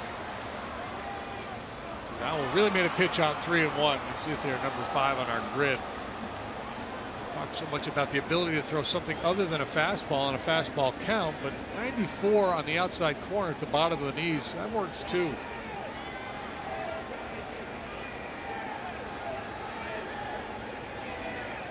Pitch cast presented by BMO Harris Bank.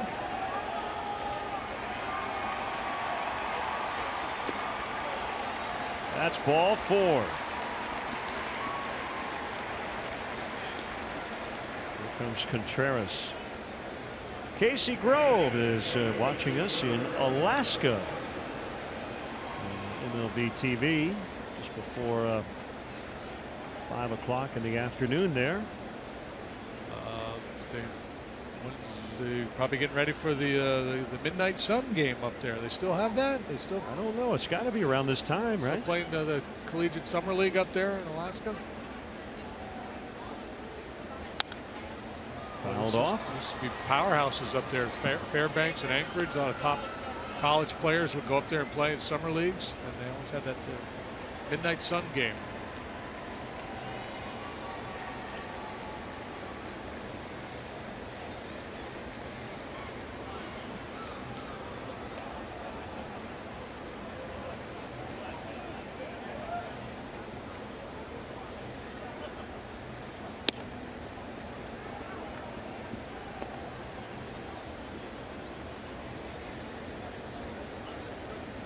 Alaska Gold Panthers. 55 years they've been playing it. Baseball at midnight without artificial lights.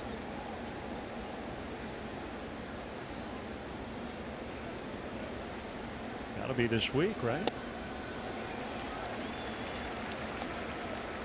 Would have been last night. The solstice. Yep. Probably could have gotten tickets.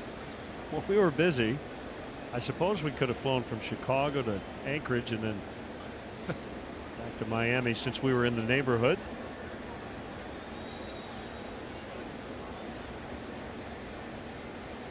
One, 2 is upstairs. 2 balls, 2 strikes.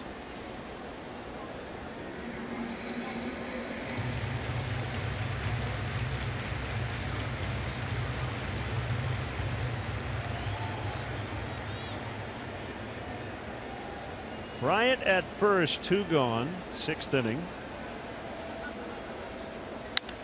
And a drive out into left. Ozuna at the barrier. Gone. Contreras. 8-1. Well, it's not over yet, but the Cubs with a very comfortable lead now. A touchdown better than the Fish here in the 6th inning. Coming off their first road series win last weekend in Pittsburgh. They won that series. That was their first road series win since the end of April. So getting this road trip off to a very good start. Here's your forward home run replay. Willson Contreras goes deep for the 7th time. The Cubs for the 3rd time tonight. Ozuna with a wonderful try. Very optimistic.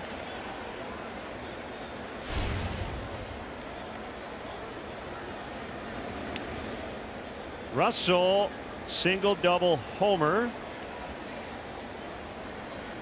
3 for 3. That's just the 7th pitch he has seen tonight. That first pitch ball right there. So he's been looking to swing early, and it has paid off.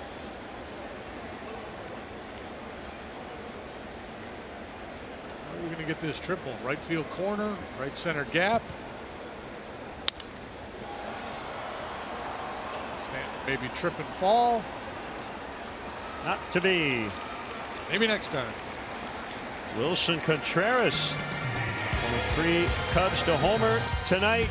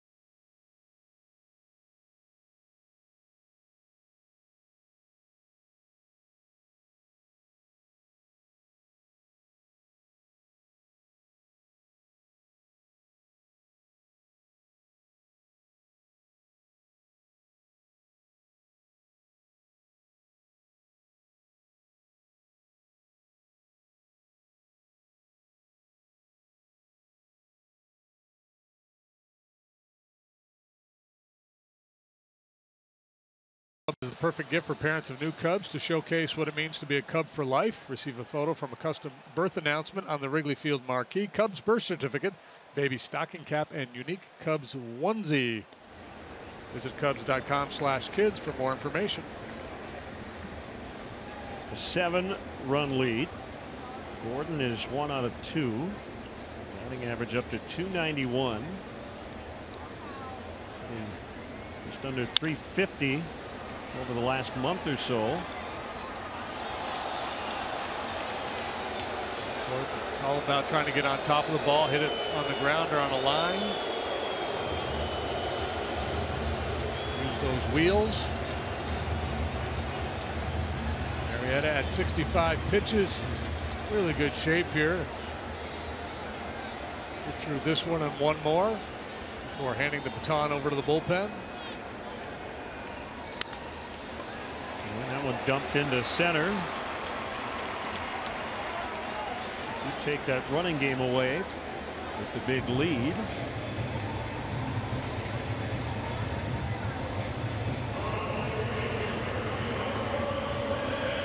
We're totally comfortable against this lineup, but a home run by Contreras, as you said, you get a 7-run lead. Didn't hurt. Yeah, I mentioned their comeback the other day against the Nationals. They were down 6-0, but That was fairly early in the ball game.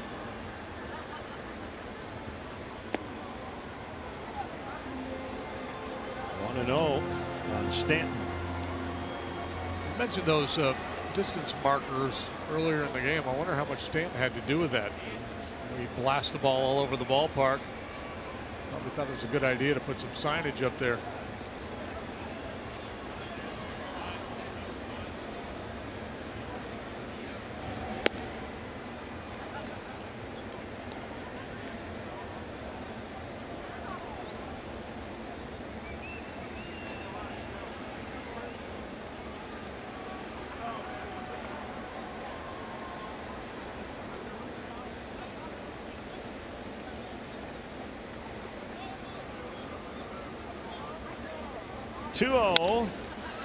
Popped up. Drifting in is Almora.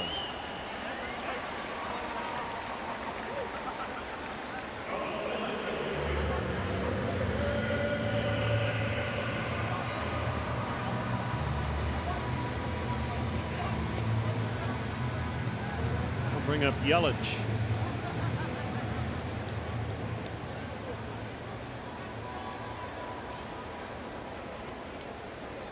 I think the air conditioning bill runs on a nightly basis here in Arizona. Yeah, I don't know. Tell you what, do a little digging. You know some folks around here. Yeah, well, they had to get a ballpark with a roof. That was a must. So many years asking fans, especially for matinees, to sit out in the oppressive heat and humidity here. And you get those late afternoon showers on a regular basis. In previous lifetime, I played in the Florida State League, the Fort Lauderdale Yankees, back in 1983, and that's back when we were. I think it was an organizational policy. You had to wear these sleeves, and the sleeves I issued were wool. We wear these wool sleeves pitching in the heat down here. It was absurd.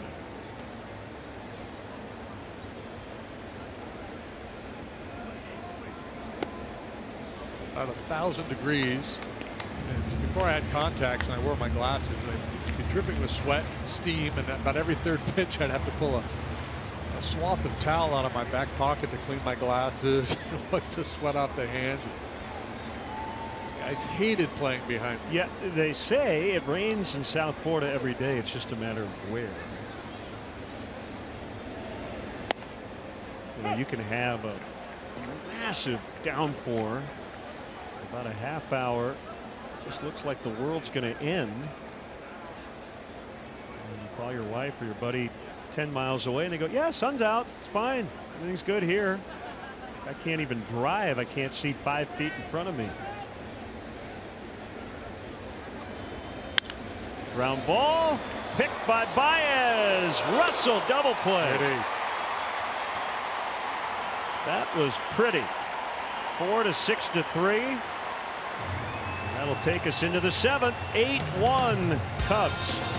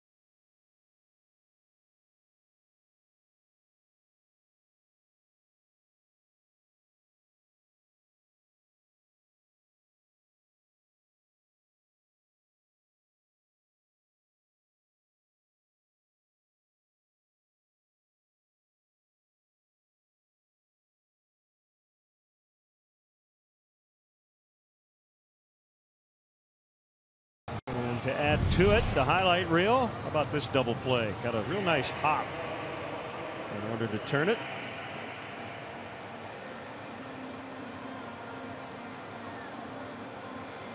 Yeah, that was fun to watch. These two guys very athletic in the middle of the diamond.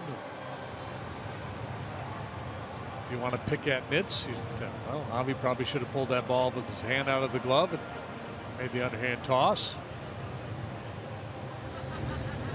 Nick Whitgren, new Miami pitcher.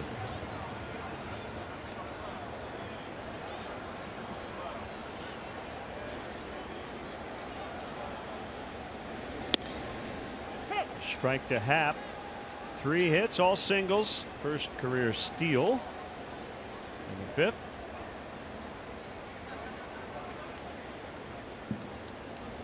The home run he hit yesterday is 10th. Second fastest Cub to start his career. 10 home runs in his 34th game. Bob Speak in 1955 got to 10 in 32 games. Bob Speak? Yeah. Second fastest Cub since at least 1913 to get to 10 home runs in his career.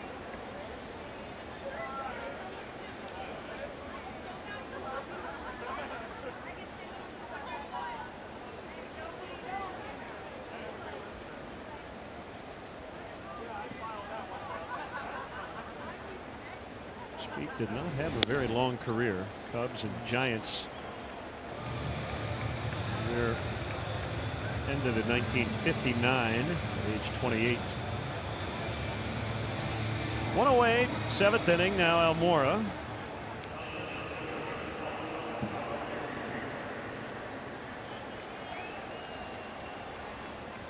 It's fun to bump around Baseball Reference and come across some of these stories and try to put the pieces together. How does a guy who hit 10 home runs that quickly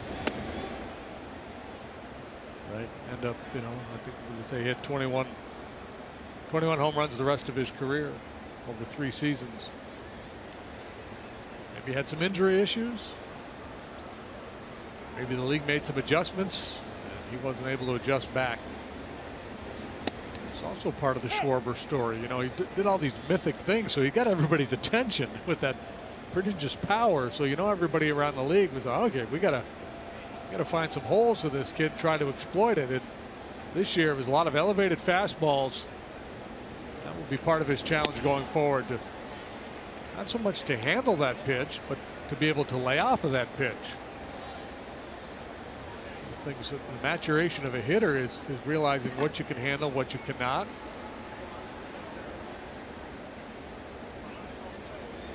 And I think most really good athletes have a streak of stubbornness where they say, yeah, I can hit that. And it takes a while before you realize, well, yeah, I can hit it, but I can't hit it with enough regularity to make it worth my while to continue to chase it.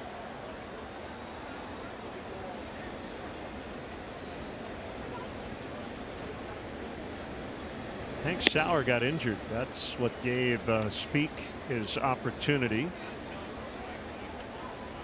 May of 1955.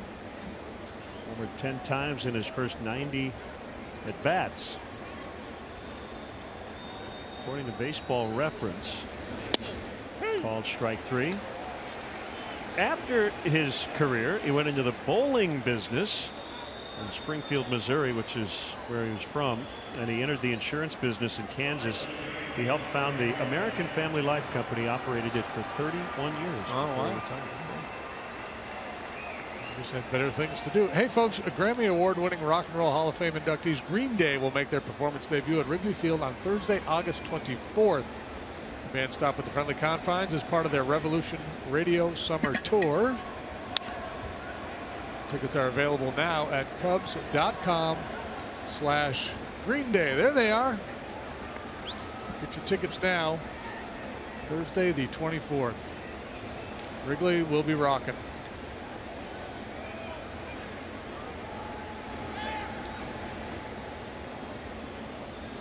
The 0-1. 1-1 to Baez.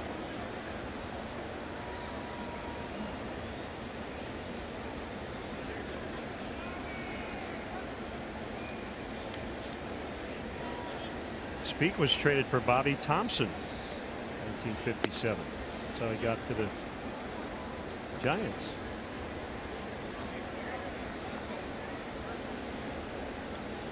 That was after Thompson had been 57. They still have been the New York Giants. That's a fair ball. And Baez has a double.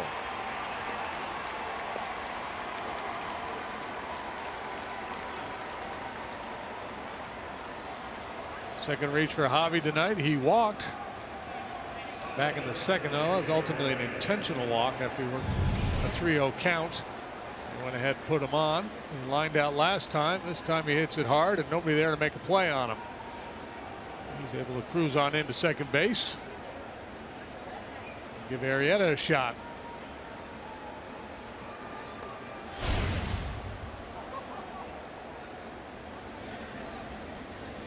Yeah, 57 was the last year of the New York Giants before they moved out west.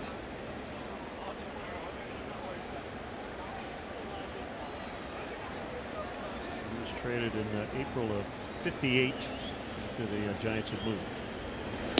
So now you know. Bob Speak. Here's an obscure baseball trivia for you. Do you know who the last Brooklyn Dodger to play in the major leagues was? So he appeared with the Brooklyn Dodgers. Oh, and then finished his career elsewhere many years later. So 57, he was a Brooklyn Dodger. Actually, he was a Brooklyn Dodger in '56, I believe, and then went back to the minor leagues and came back to the big leagues 3 or 4 years later. But he was the last remaining player. What was his final year? 70 something? Yeah, I think late '60s, early like 70-ish. The reason why I bring that up is he celebrated a birthday the other day.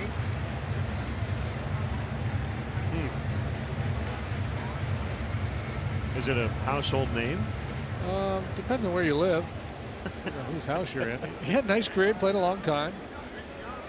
In 1971, he finished with the Mets. He was a Dodger, an Astro, actually a Colt 45, and then an Astro. A Brave. He was on the '69 Braves.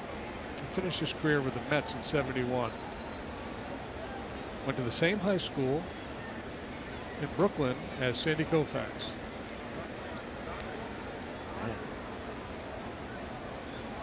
It's an unfair question. Bob Aspromonte. Okay. Aspro the Astro. I've heard of the name, yeah. I wouldn't have gotten it if you gave me 90 guesses. Stretch time in Miami, but I like the question. 8-1 Cubs.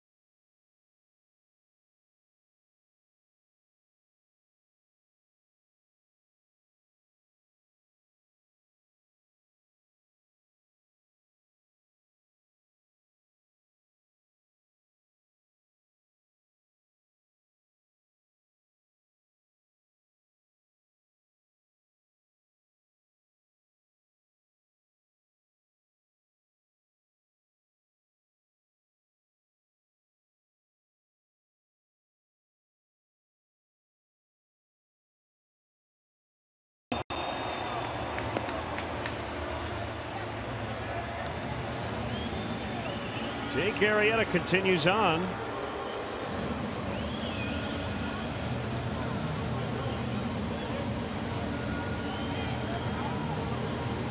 We are continuing to have technical difficulties here in Miami, and we apologize for that. But, bear with us. Marcell Ozuna has supplied the only run for the home team to date. Home run, his 20th in the second. That's been it.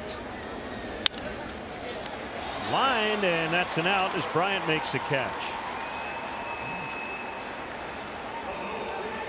Marlins have had some good swings that have turned into outs here tonight. It has not been an overpowering performance by Arrieta. He's been efficient. He's allowed just 5 hits. He struck out 3. Has not walked a man. I think when you look at Jake's numbers, his strikeout rate right where you want it. The walk rate is good. Ground ball rate down significantly this year. He's had some games recently where that has not been the case. So again, more sinkers, maybe more changeups and curveballs. Just trying to work with a little different mix.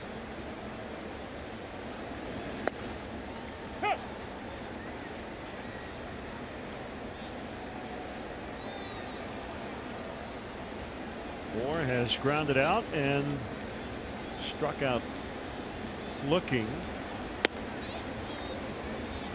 That's the thing about it too. It's, and I think my generation of the guys ahead of me, the one example everybody points to about making that big transition was Frank Tanana, who went from a power guy to throwing a big loopy curveball.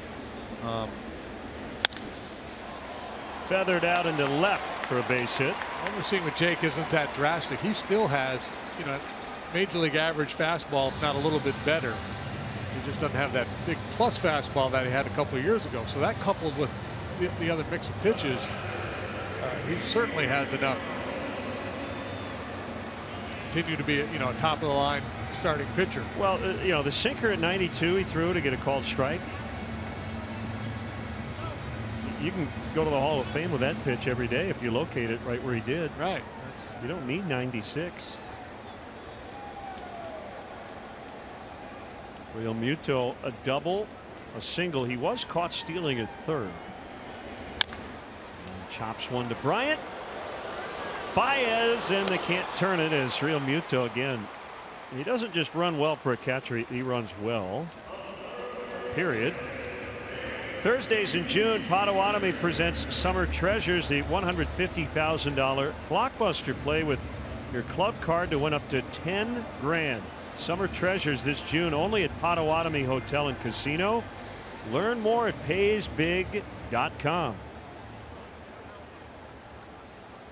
Aaron Judge has homered again tonight. His major league leading 25th. Yankees lead the Angels 5-4. 7th inning in the Bronx. You see the Astros won again. They were up big early. 12-9 at Oakland. I think they had a 10-0 lead at one point. They are 50-24. They're the 19th team in the last half century to win 50 games in their first 74 of a season. Easy play, Rizzo to get Dietrich, and Arrieta cruising through 7 with a big lead.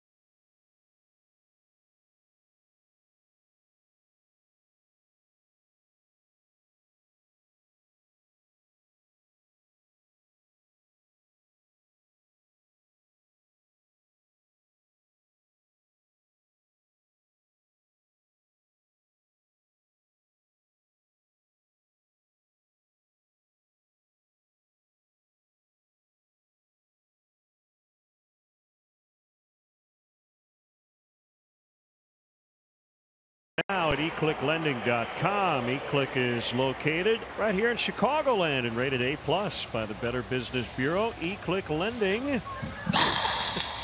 Boom, your mortgage just happened. Roof closed on this hot night in Miami. That's veteran backstop A.J. Ellis now doing the catching. Vance Worley's a new pitcher. Of Animal. Yeah. 6 appearances for Worley. 0-2 with an ERA just below 7. He's been around a good while now. Broke in with the Phillies back in 2010. Also seen him in a Pirate uniform. Spent a little time with the Twins. Last year he was with the Orioles.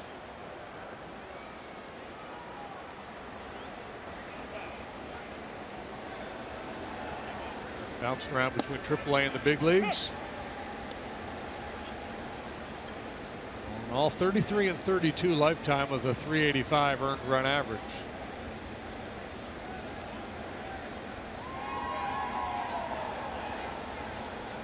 Whoa! His big leagues.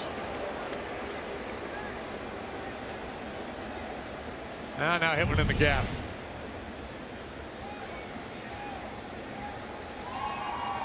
Is saying, Mr. Worley, please don't call me. Obscure replacements reference. 2-1.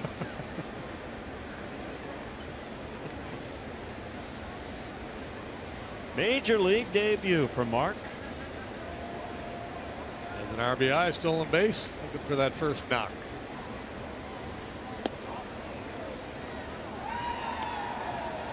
Three and one. Big dude, 6'2", 250.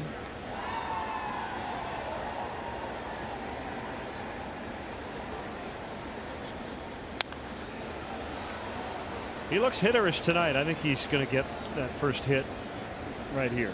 All righty. Calling it.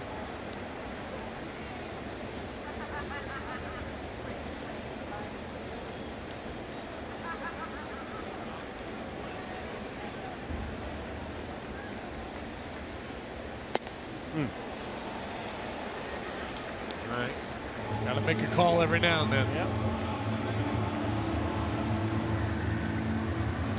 Rizzo has walked twice, grounded out, and flied out. He's scored once. Marlins averaging just over 20,000 per game here at home. It's the lowest average attendance in the National League. Better only than the Rays and the A's, I believe, in all of Major League Baseball. Yeah, if you go back to 2012, they spent a lot of money. They brought in a bunch of veteran guys that did not work out. And then they kind of reversed course pretty quickly. And they just were unable to sustain any momentum after opening this ballpark. Ozuna, and that ball drops. And Rizzo will have a single. That ball was in the air a long time. He'll gladly take it. Yeah, and even in the outfield, you're going to play deep for Rizzo, but it didn't look like Ozuna had a great sense of urgency going after this one.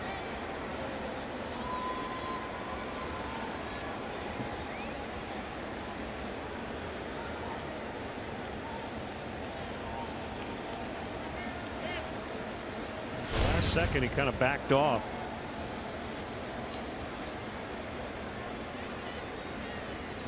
That brings up Bryant.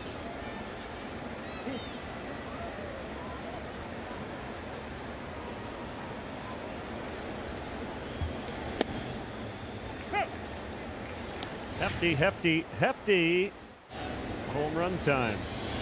Bryant, who had been scuffling over the last week or so with a 3-run homer. Russell golfed one out of here. Contreras a little later. Cubs lead 8-1.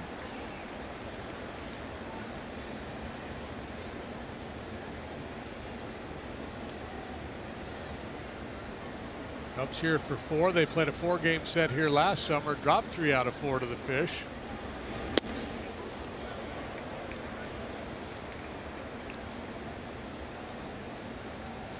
You know, I don't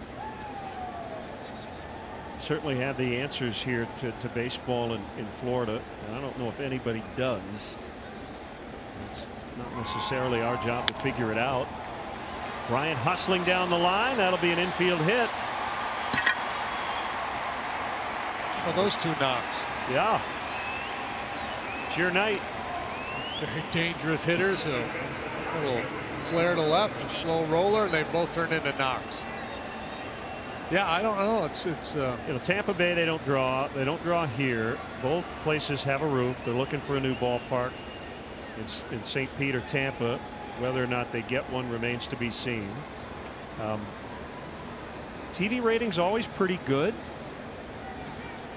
So I think people pay attention to the Marlins here and the Rays on the other coast. You have a lot of transplants. We know that. Seems like their attendance spikes here when the Cubs come to town, or the Mets. Yeah, and the Yankees in Tampa and the Red Sox are huge draws there. But the ballpark in Tampa, I think, is a little bit difficult for people to get to. It's over in St. Pete. Well, they've really tried to cultivate the Latin American market here in Miami. They played a few series in Puerto Rico. It's low on Contreras. So we'll see. So, you know, if Derek Jeter becomes the face of the franchise at some point, what that will mean, I don't know if anybody knows. But it's a huge market. You've got spring training here in the state of Florida. There are a lot of baseball fans, so it feels like it really should work. Contreras slams his bat down as he pops to Gordon. Time now for the Giga Time moment. It is powered by Xfinity. How about the night for Addison Russell? Single, double, and then a home run. Just 3 great, confident swings of the bat. And he's been trending upward over the last 10 days or so to begin with. Hopefully this is the start of something really big for him.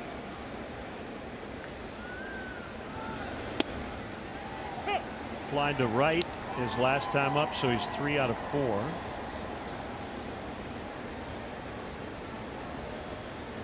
I didn't see a lot of the games, but I seem to recall a real raucous, amazing atmosphere in this ballpark this March for the WBC, right?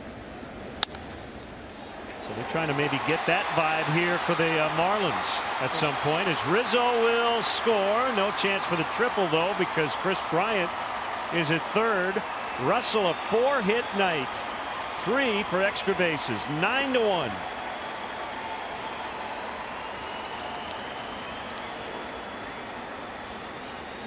And his double, like the singles that preceded, not all that well struck, but it gets the job done. This little slide ball moving away from the barrel out towards the end of the bat. He's a little bit behind it, and it just pokes it right down the first base line. Mr. Gore, the big fella, trying to pounce on that hand grenade, can't get there. What a night for Russell. Ball 1 on Ian Happ.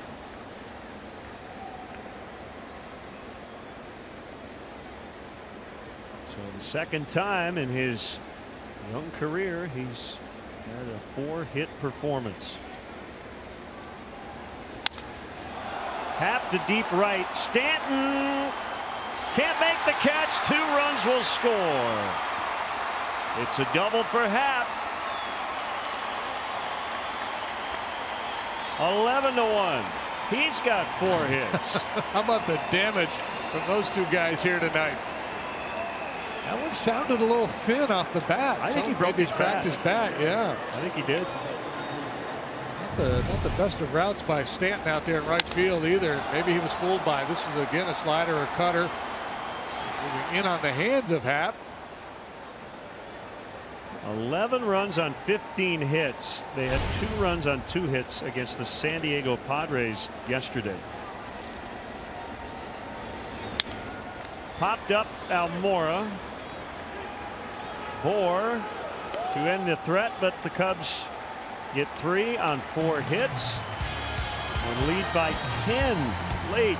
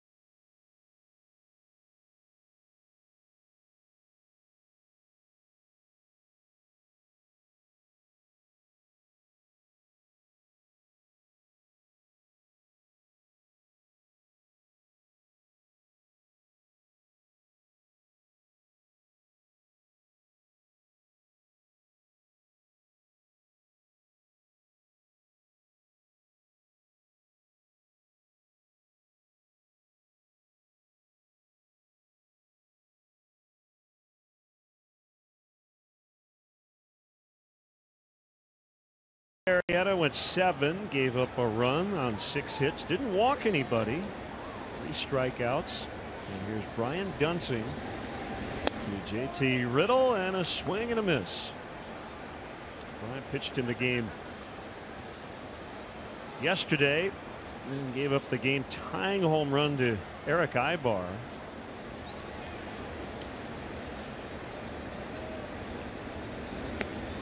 Oh, 2. Tommy Hotovy, who does a lot of the video scouting work for the Cubs, told me on the flight last night that it was the first opposite field home run that Ibar has hit as a right-handed hitter in his career. Yeah, that doesn't surprise me.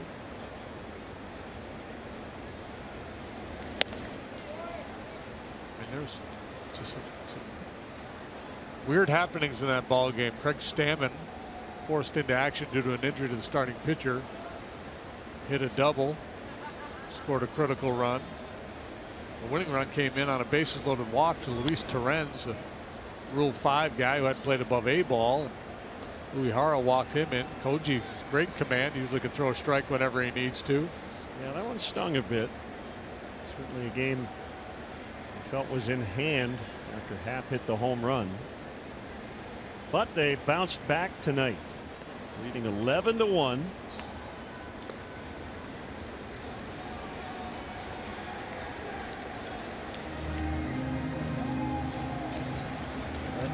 Felix Pena.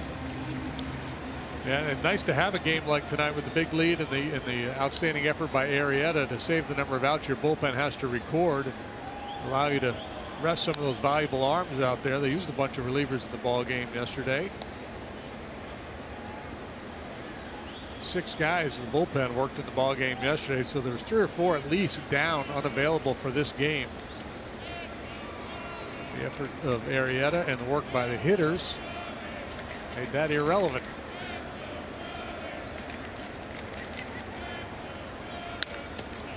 Bounced right side. That is now Chris Bryant playing first.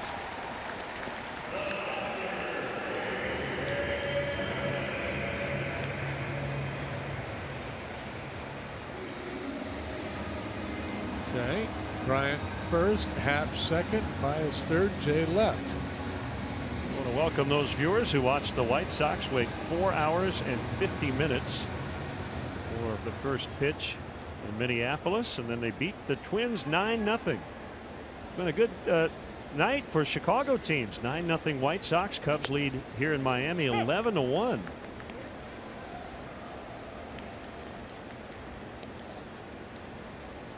3 hours 21 minutes the time of game. 4 hours 50 minutes the time of the delay. That is a long day at the ball yard.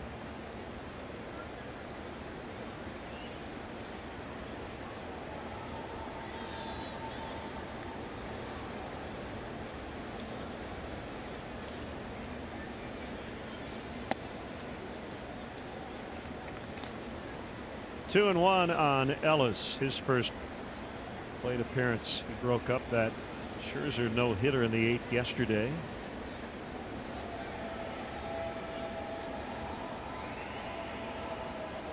Jose Quintana pitched for the White Sox tonight. Fly to deep right. Zagunis puts a squeeze on it. 6 2/3 scoreless for Quintana. He struck out 9. And check out the variety of luxury premier options that Wrigley Field has to offer, like the Dell EMC Legends Suite, which includes an all-inclusive suite experience, and best of all, a visit from a former Cub player. Visit Cubs.com/premier for an option that fits your needs.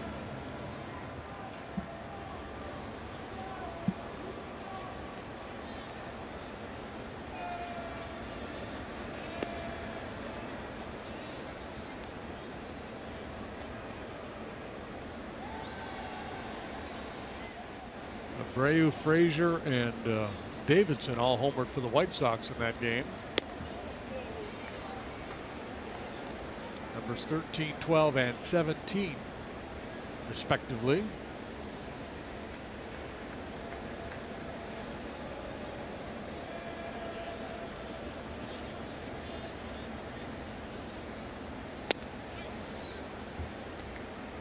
What did Riddle do? He grounded out, right? Probably. Yeah, he grounded out to Bryant at first base because that's when hey, KB's playing first. Okay, got it. Didn't mark it down for some reason. Here's maybe the fact of the night from that Twins White Sox game.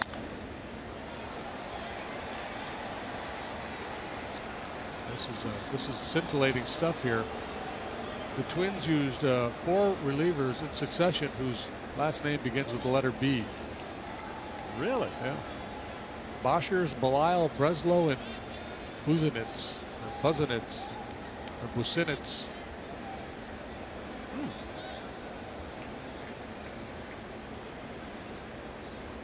Way too many B's in one bullpen. Nick Turley got the start for the Twins. Should have been Mark Burley. I wonder if he's in any relation to Bob Turley. Contreras airs it out to Bryant. They get Gordon. Thank goodness. We go to the 9th. Who knows where this conversation may have gone. 11-1.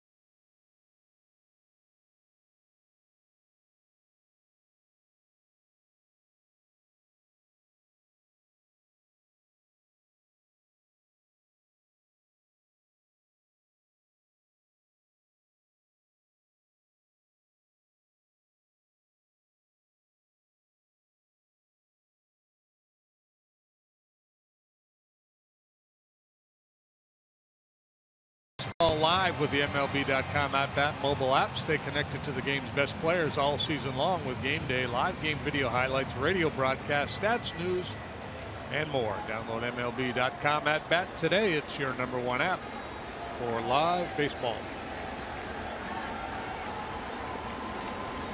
Baez now playing third.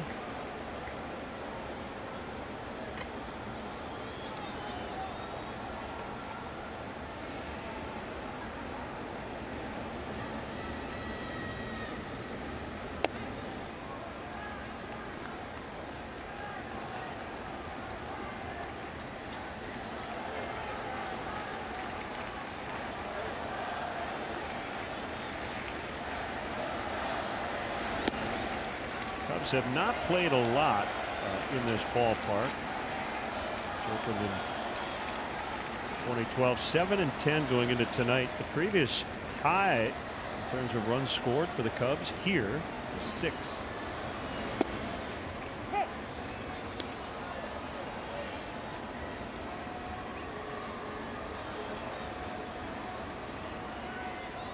Morley out there, big guy with those glasses on. Reminds me of my old teammate Charlie Kerfeld. Good call.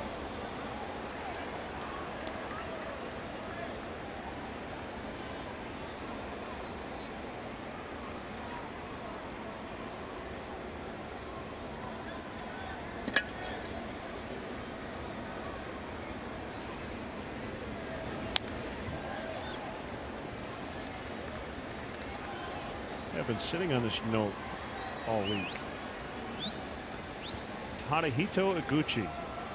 Remember that name?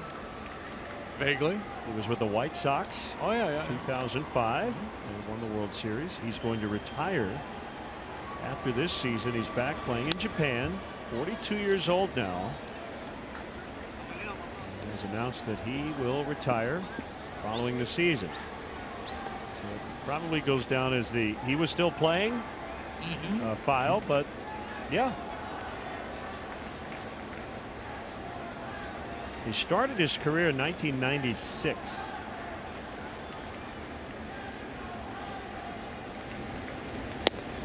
Swing and a miss. Baez strikes out. How about Julio Franco? Is he still playing?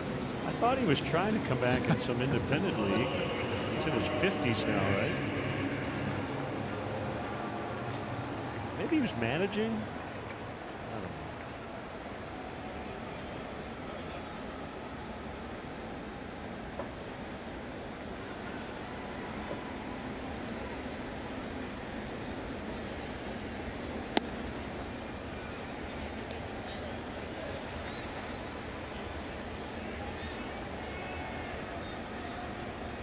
One ball, no strikes.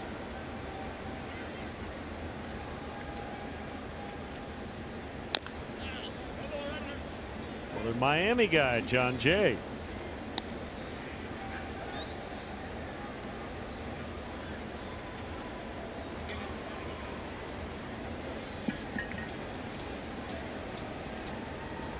Julio Franco made his major league debut in 1982 with the Phillies. Played his final game in September of '07 with the Atlanta Braves. 298 in the big leagues. Used that big old bat, held it up high. Even at the end of his career, when you figure the bat speed would have been diminished. Swung a big heavy bat. Hammer the fastball. 2015.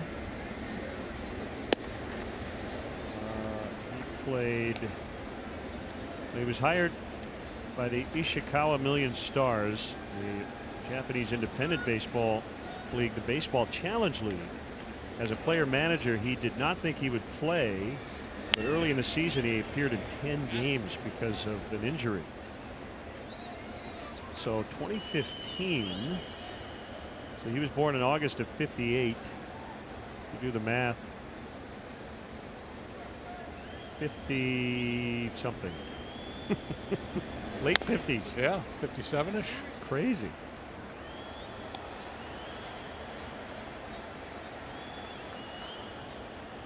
Well, Manny Ramirez went over to Japan to play this year. Is he Yeah. still playing? I haven't checked in. I do not know. Because I know he had a deal where he got all-you-could-eat sushi. Part of his contract. On the ground. And Dietrich couldn't handle it. Neither could Riddle. Jay to second. He's in. Dietrich tried to cut it off in front of the shortstop, and it ticked off his glove. And Jay ends up at second base.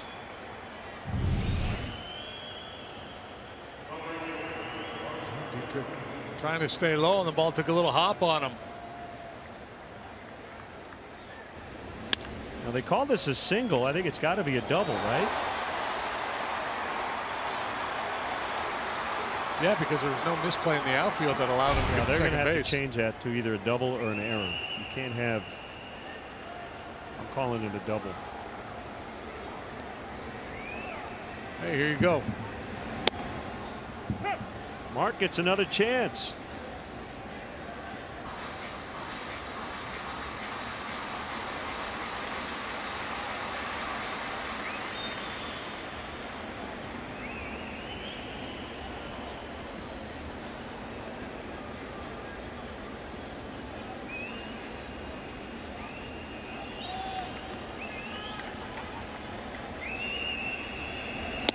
Woo, crossed him up.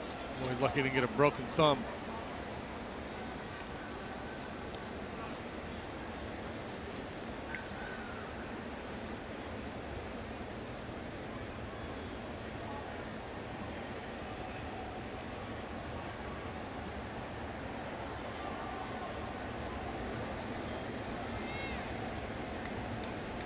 Tommy La Stella on deck.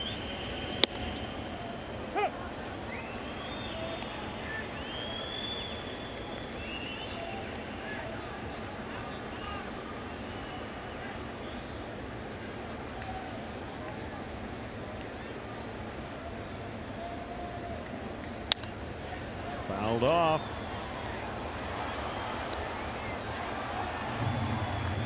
Game number 72 for the Cubs tonight. Looking to go 37 and 35.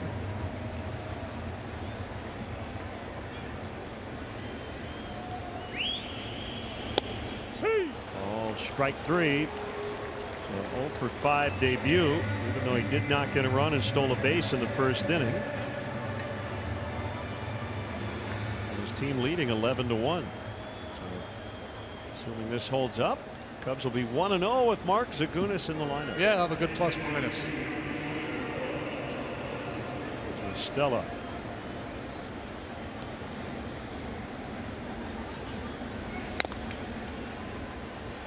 The Cardinals lost today 5-1 to the Phillies. And Nola picked up the win for the Fightins. He's 4-5. Carlos Martinez suffered the loss, falls to 6-6. Despite a good effort, he allowed 2 earned runs in 6 innings.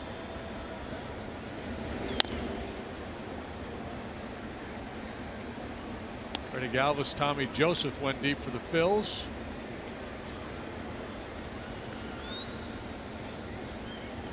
Paul DeYoung for the Cardinals hit a home run.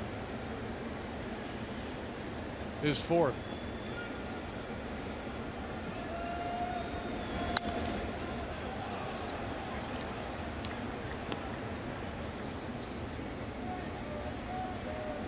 Brewers beat the Pirates, so they split that 4-game series. 4-2 was the final there. Anderson over Nova.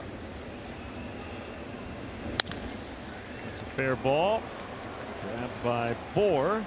And we head to the bottom of the ninth. All Cubs tonight 11-1.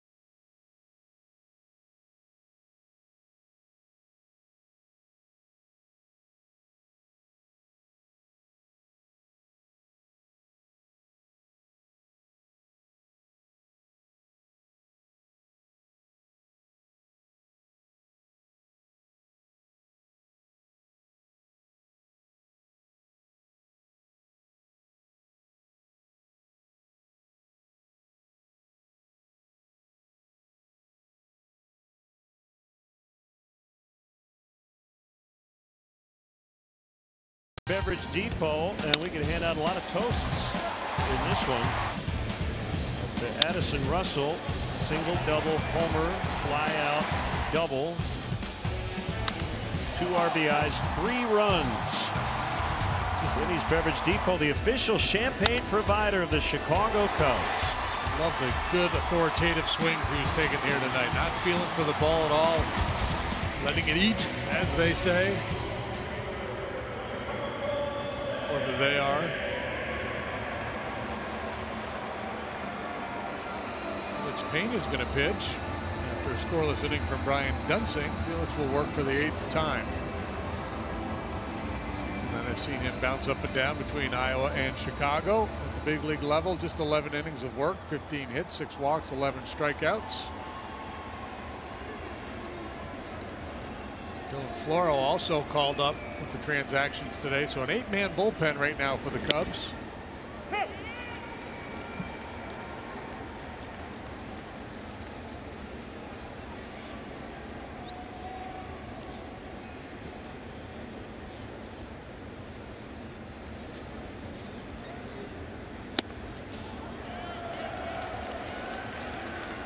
Two strikes to Stanton.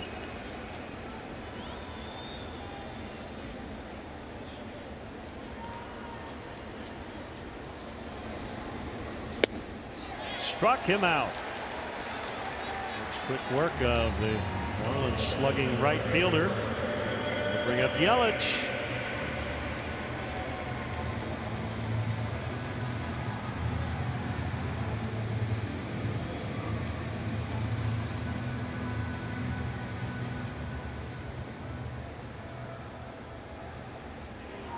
Arizona beat the Rockies 10-3. They take 2 out of 3 in that series. They scored 16 runs yesterday. 10 more tonight.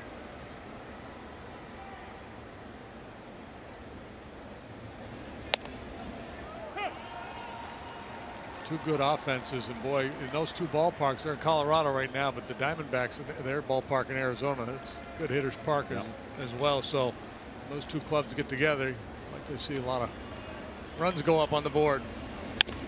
Mets are at the Dodgers again tonight.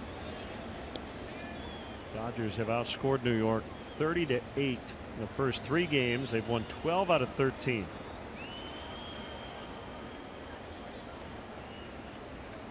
Mets put Zach Wheeler on the DL. Syndergaard, Harvey, Wheeler. Just the pitchers who are injured. Matz was on it earlier.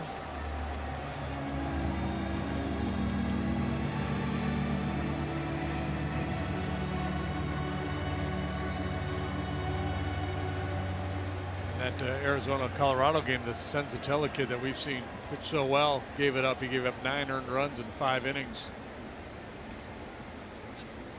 Paul Goldschmidt hit his 18th home run.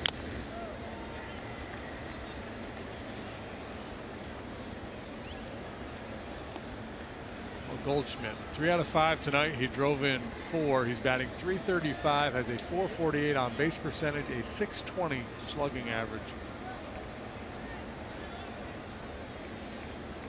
Stu Sherwater giving Wilson Contreras a little time to recover.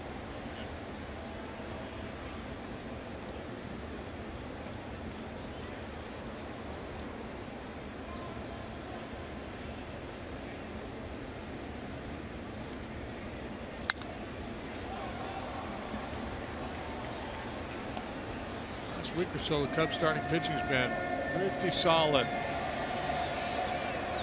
Lackey goes tomorrow. He was good last time out. John will be opposed by Jose Urena.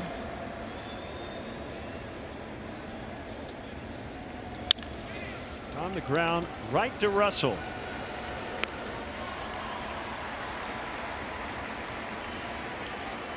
Well, let's preview that matchup tomorrow night.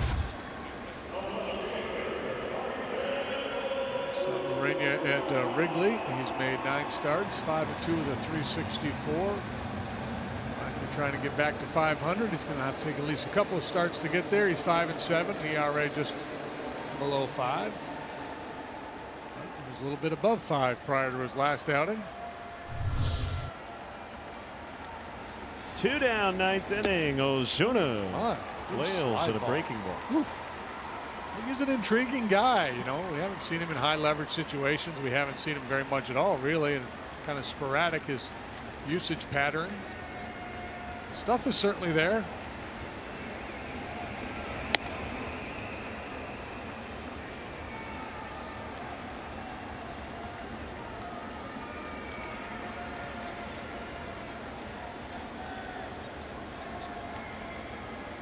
Pena fires on a 1-1. It's in the dirt.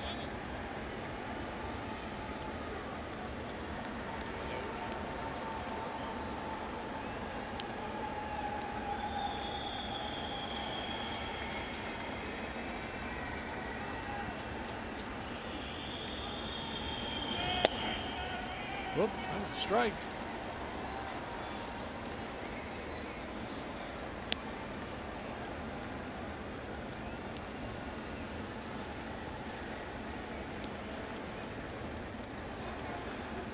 Tough to get it called when you don't catch it.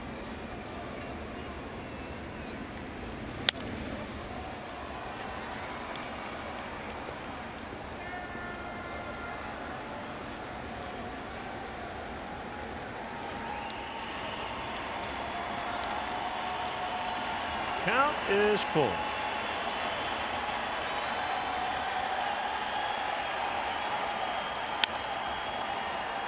Off the glove of Russell. Ozuna will reach. Likely a base hit. Well, he went up to get it. Kind of tomahawked it.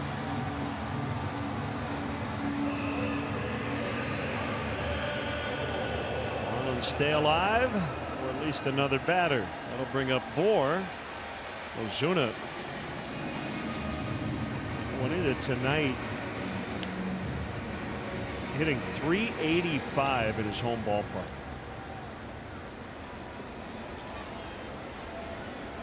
It's like all the colors. Yeah.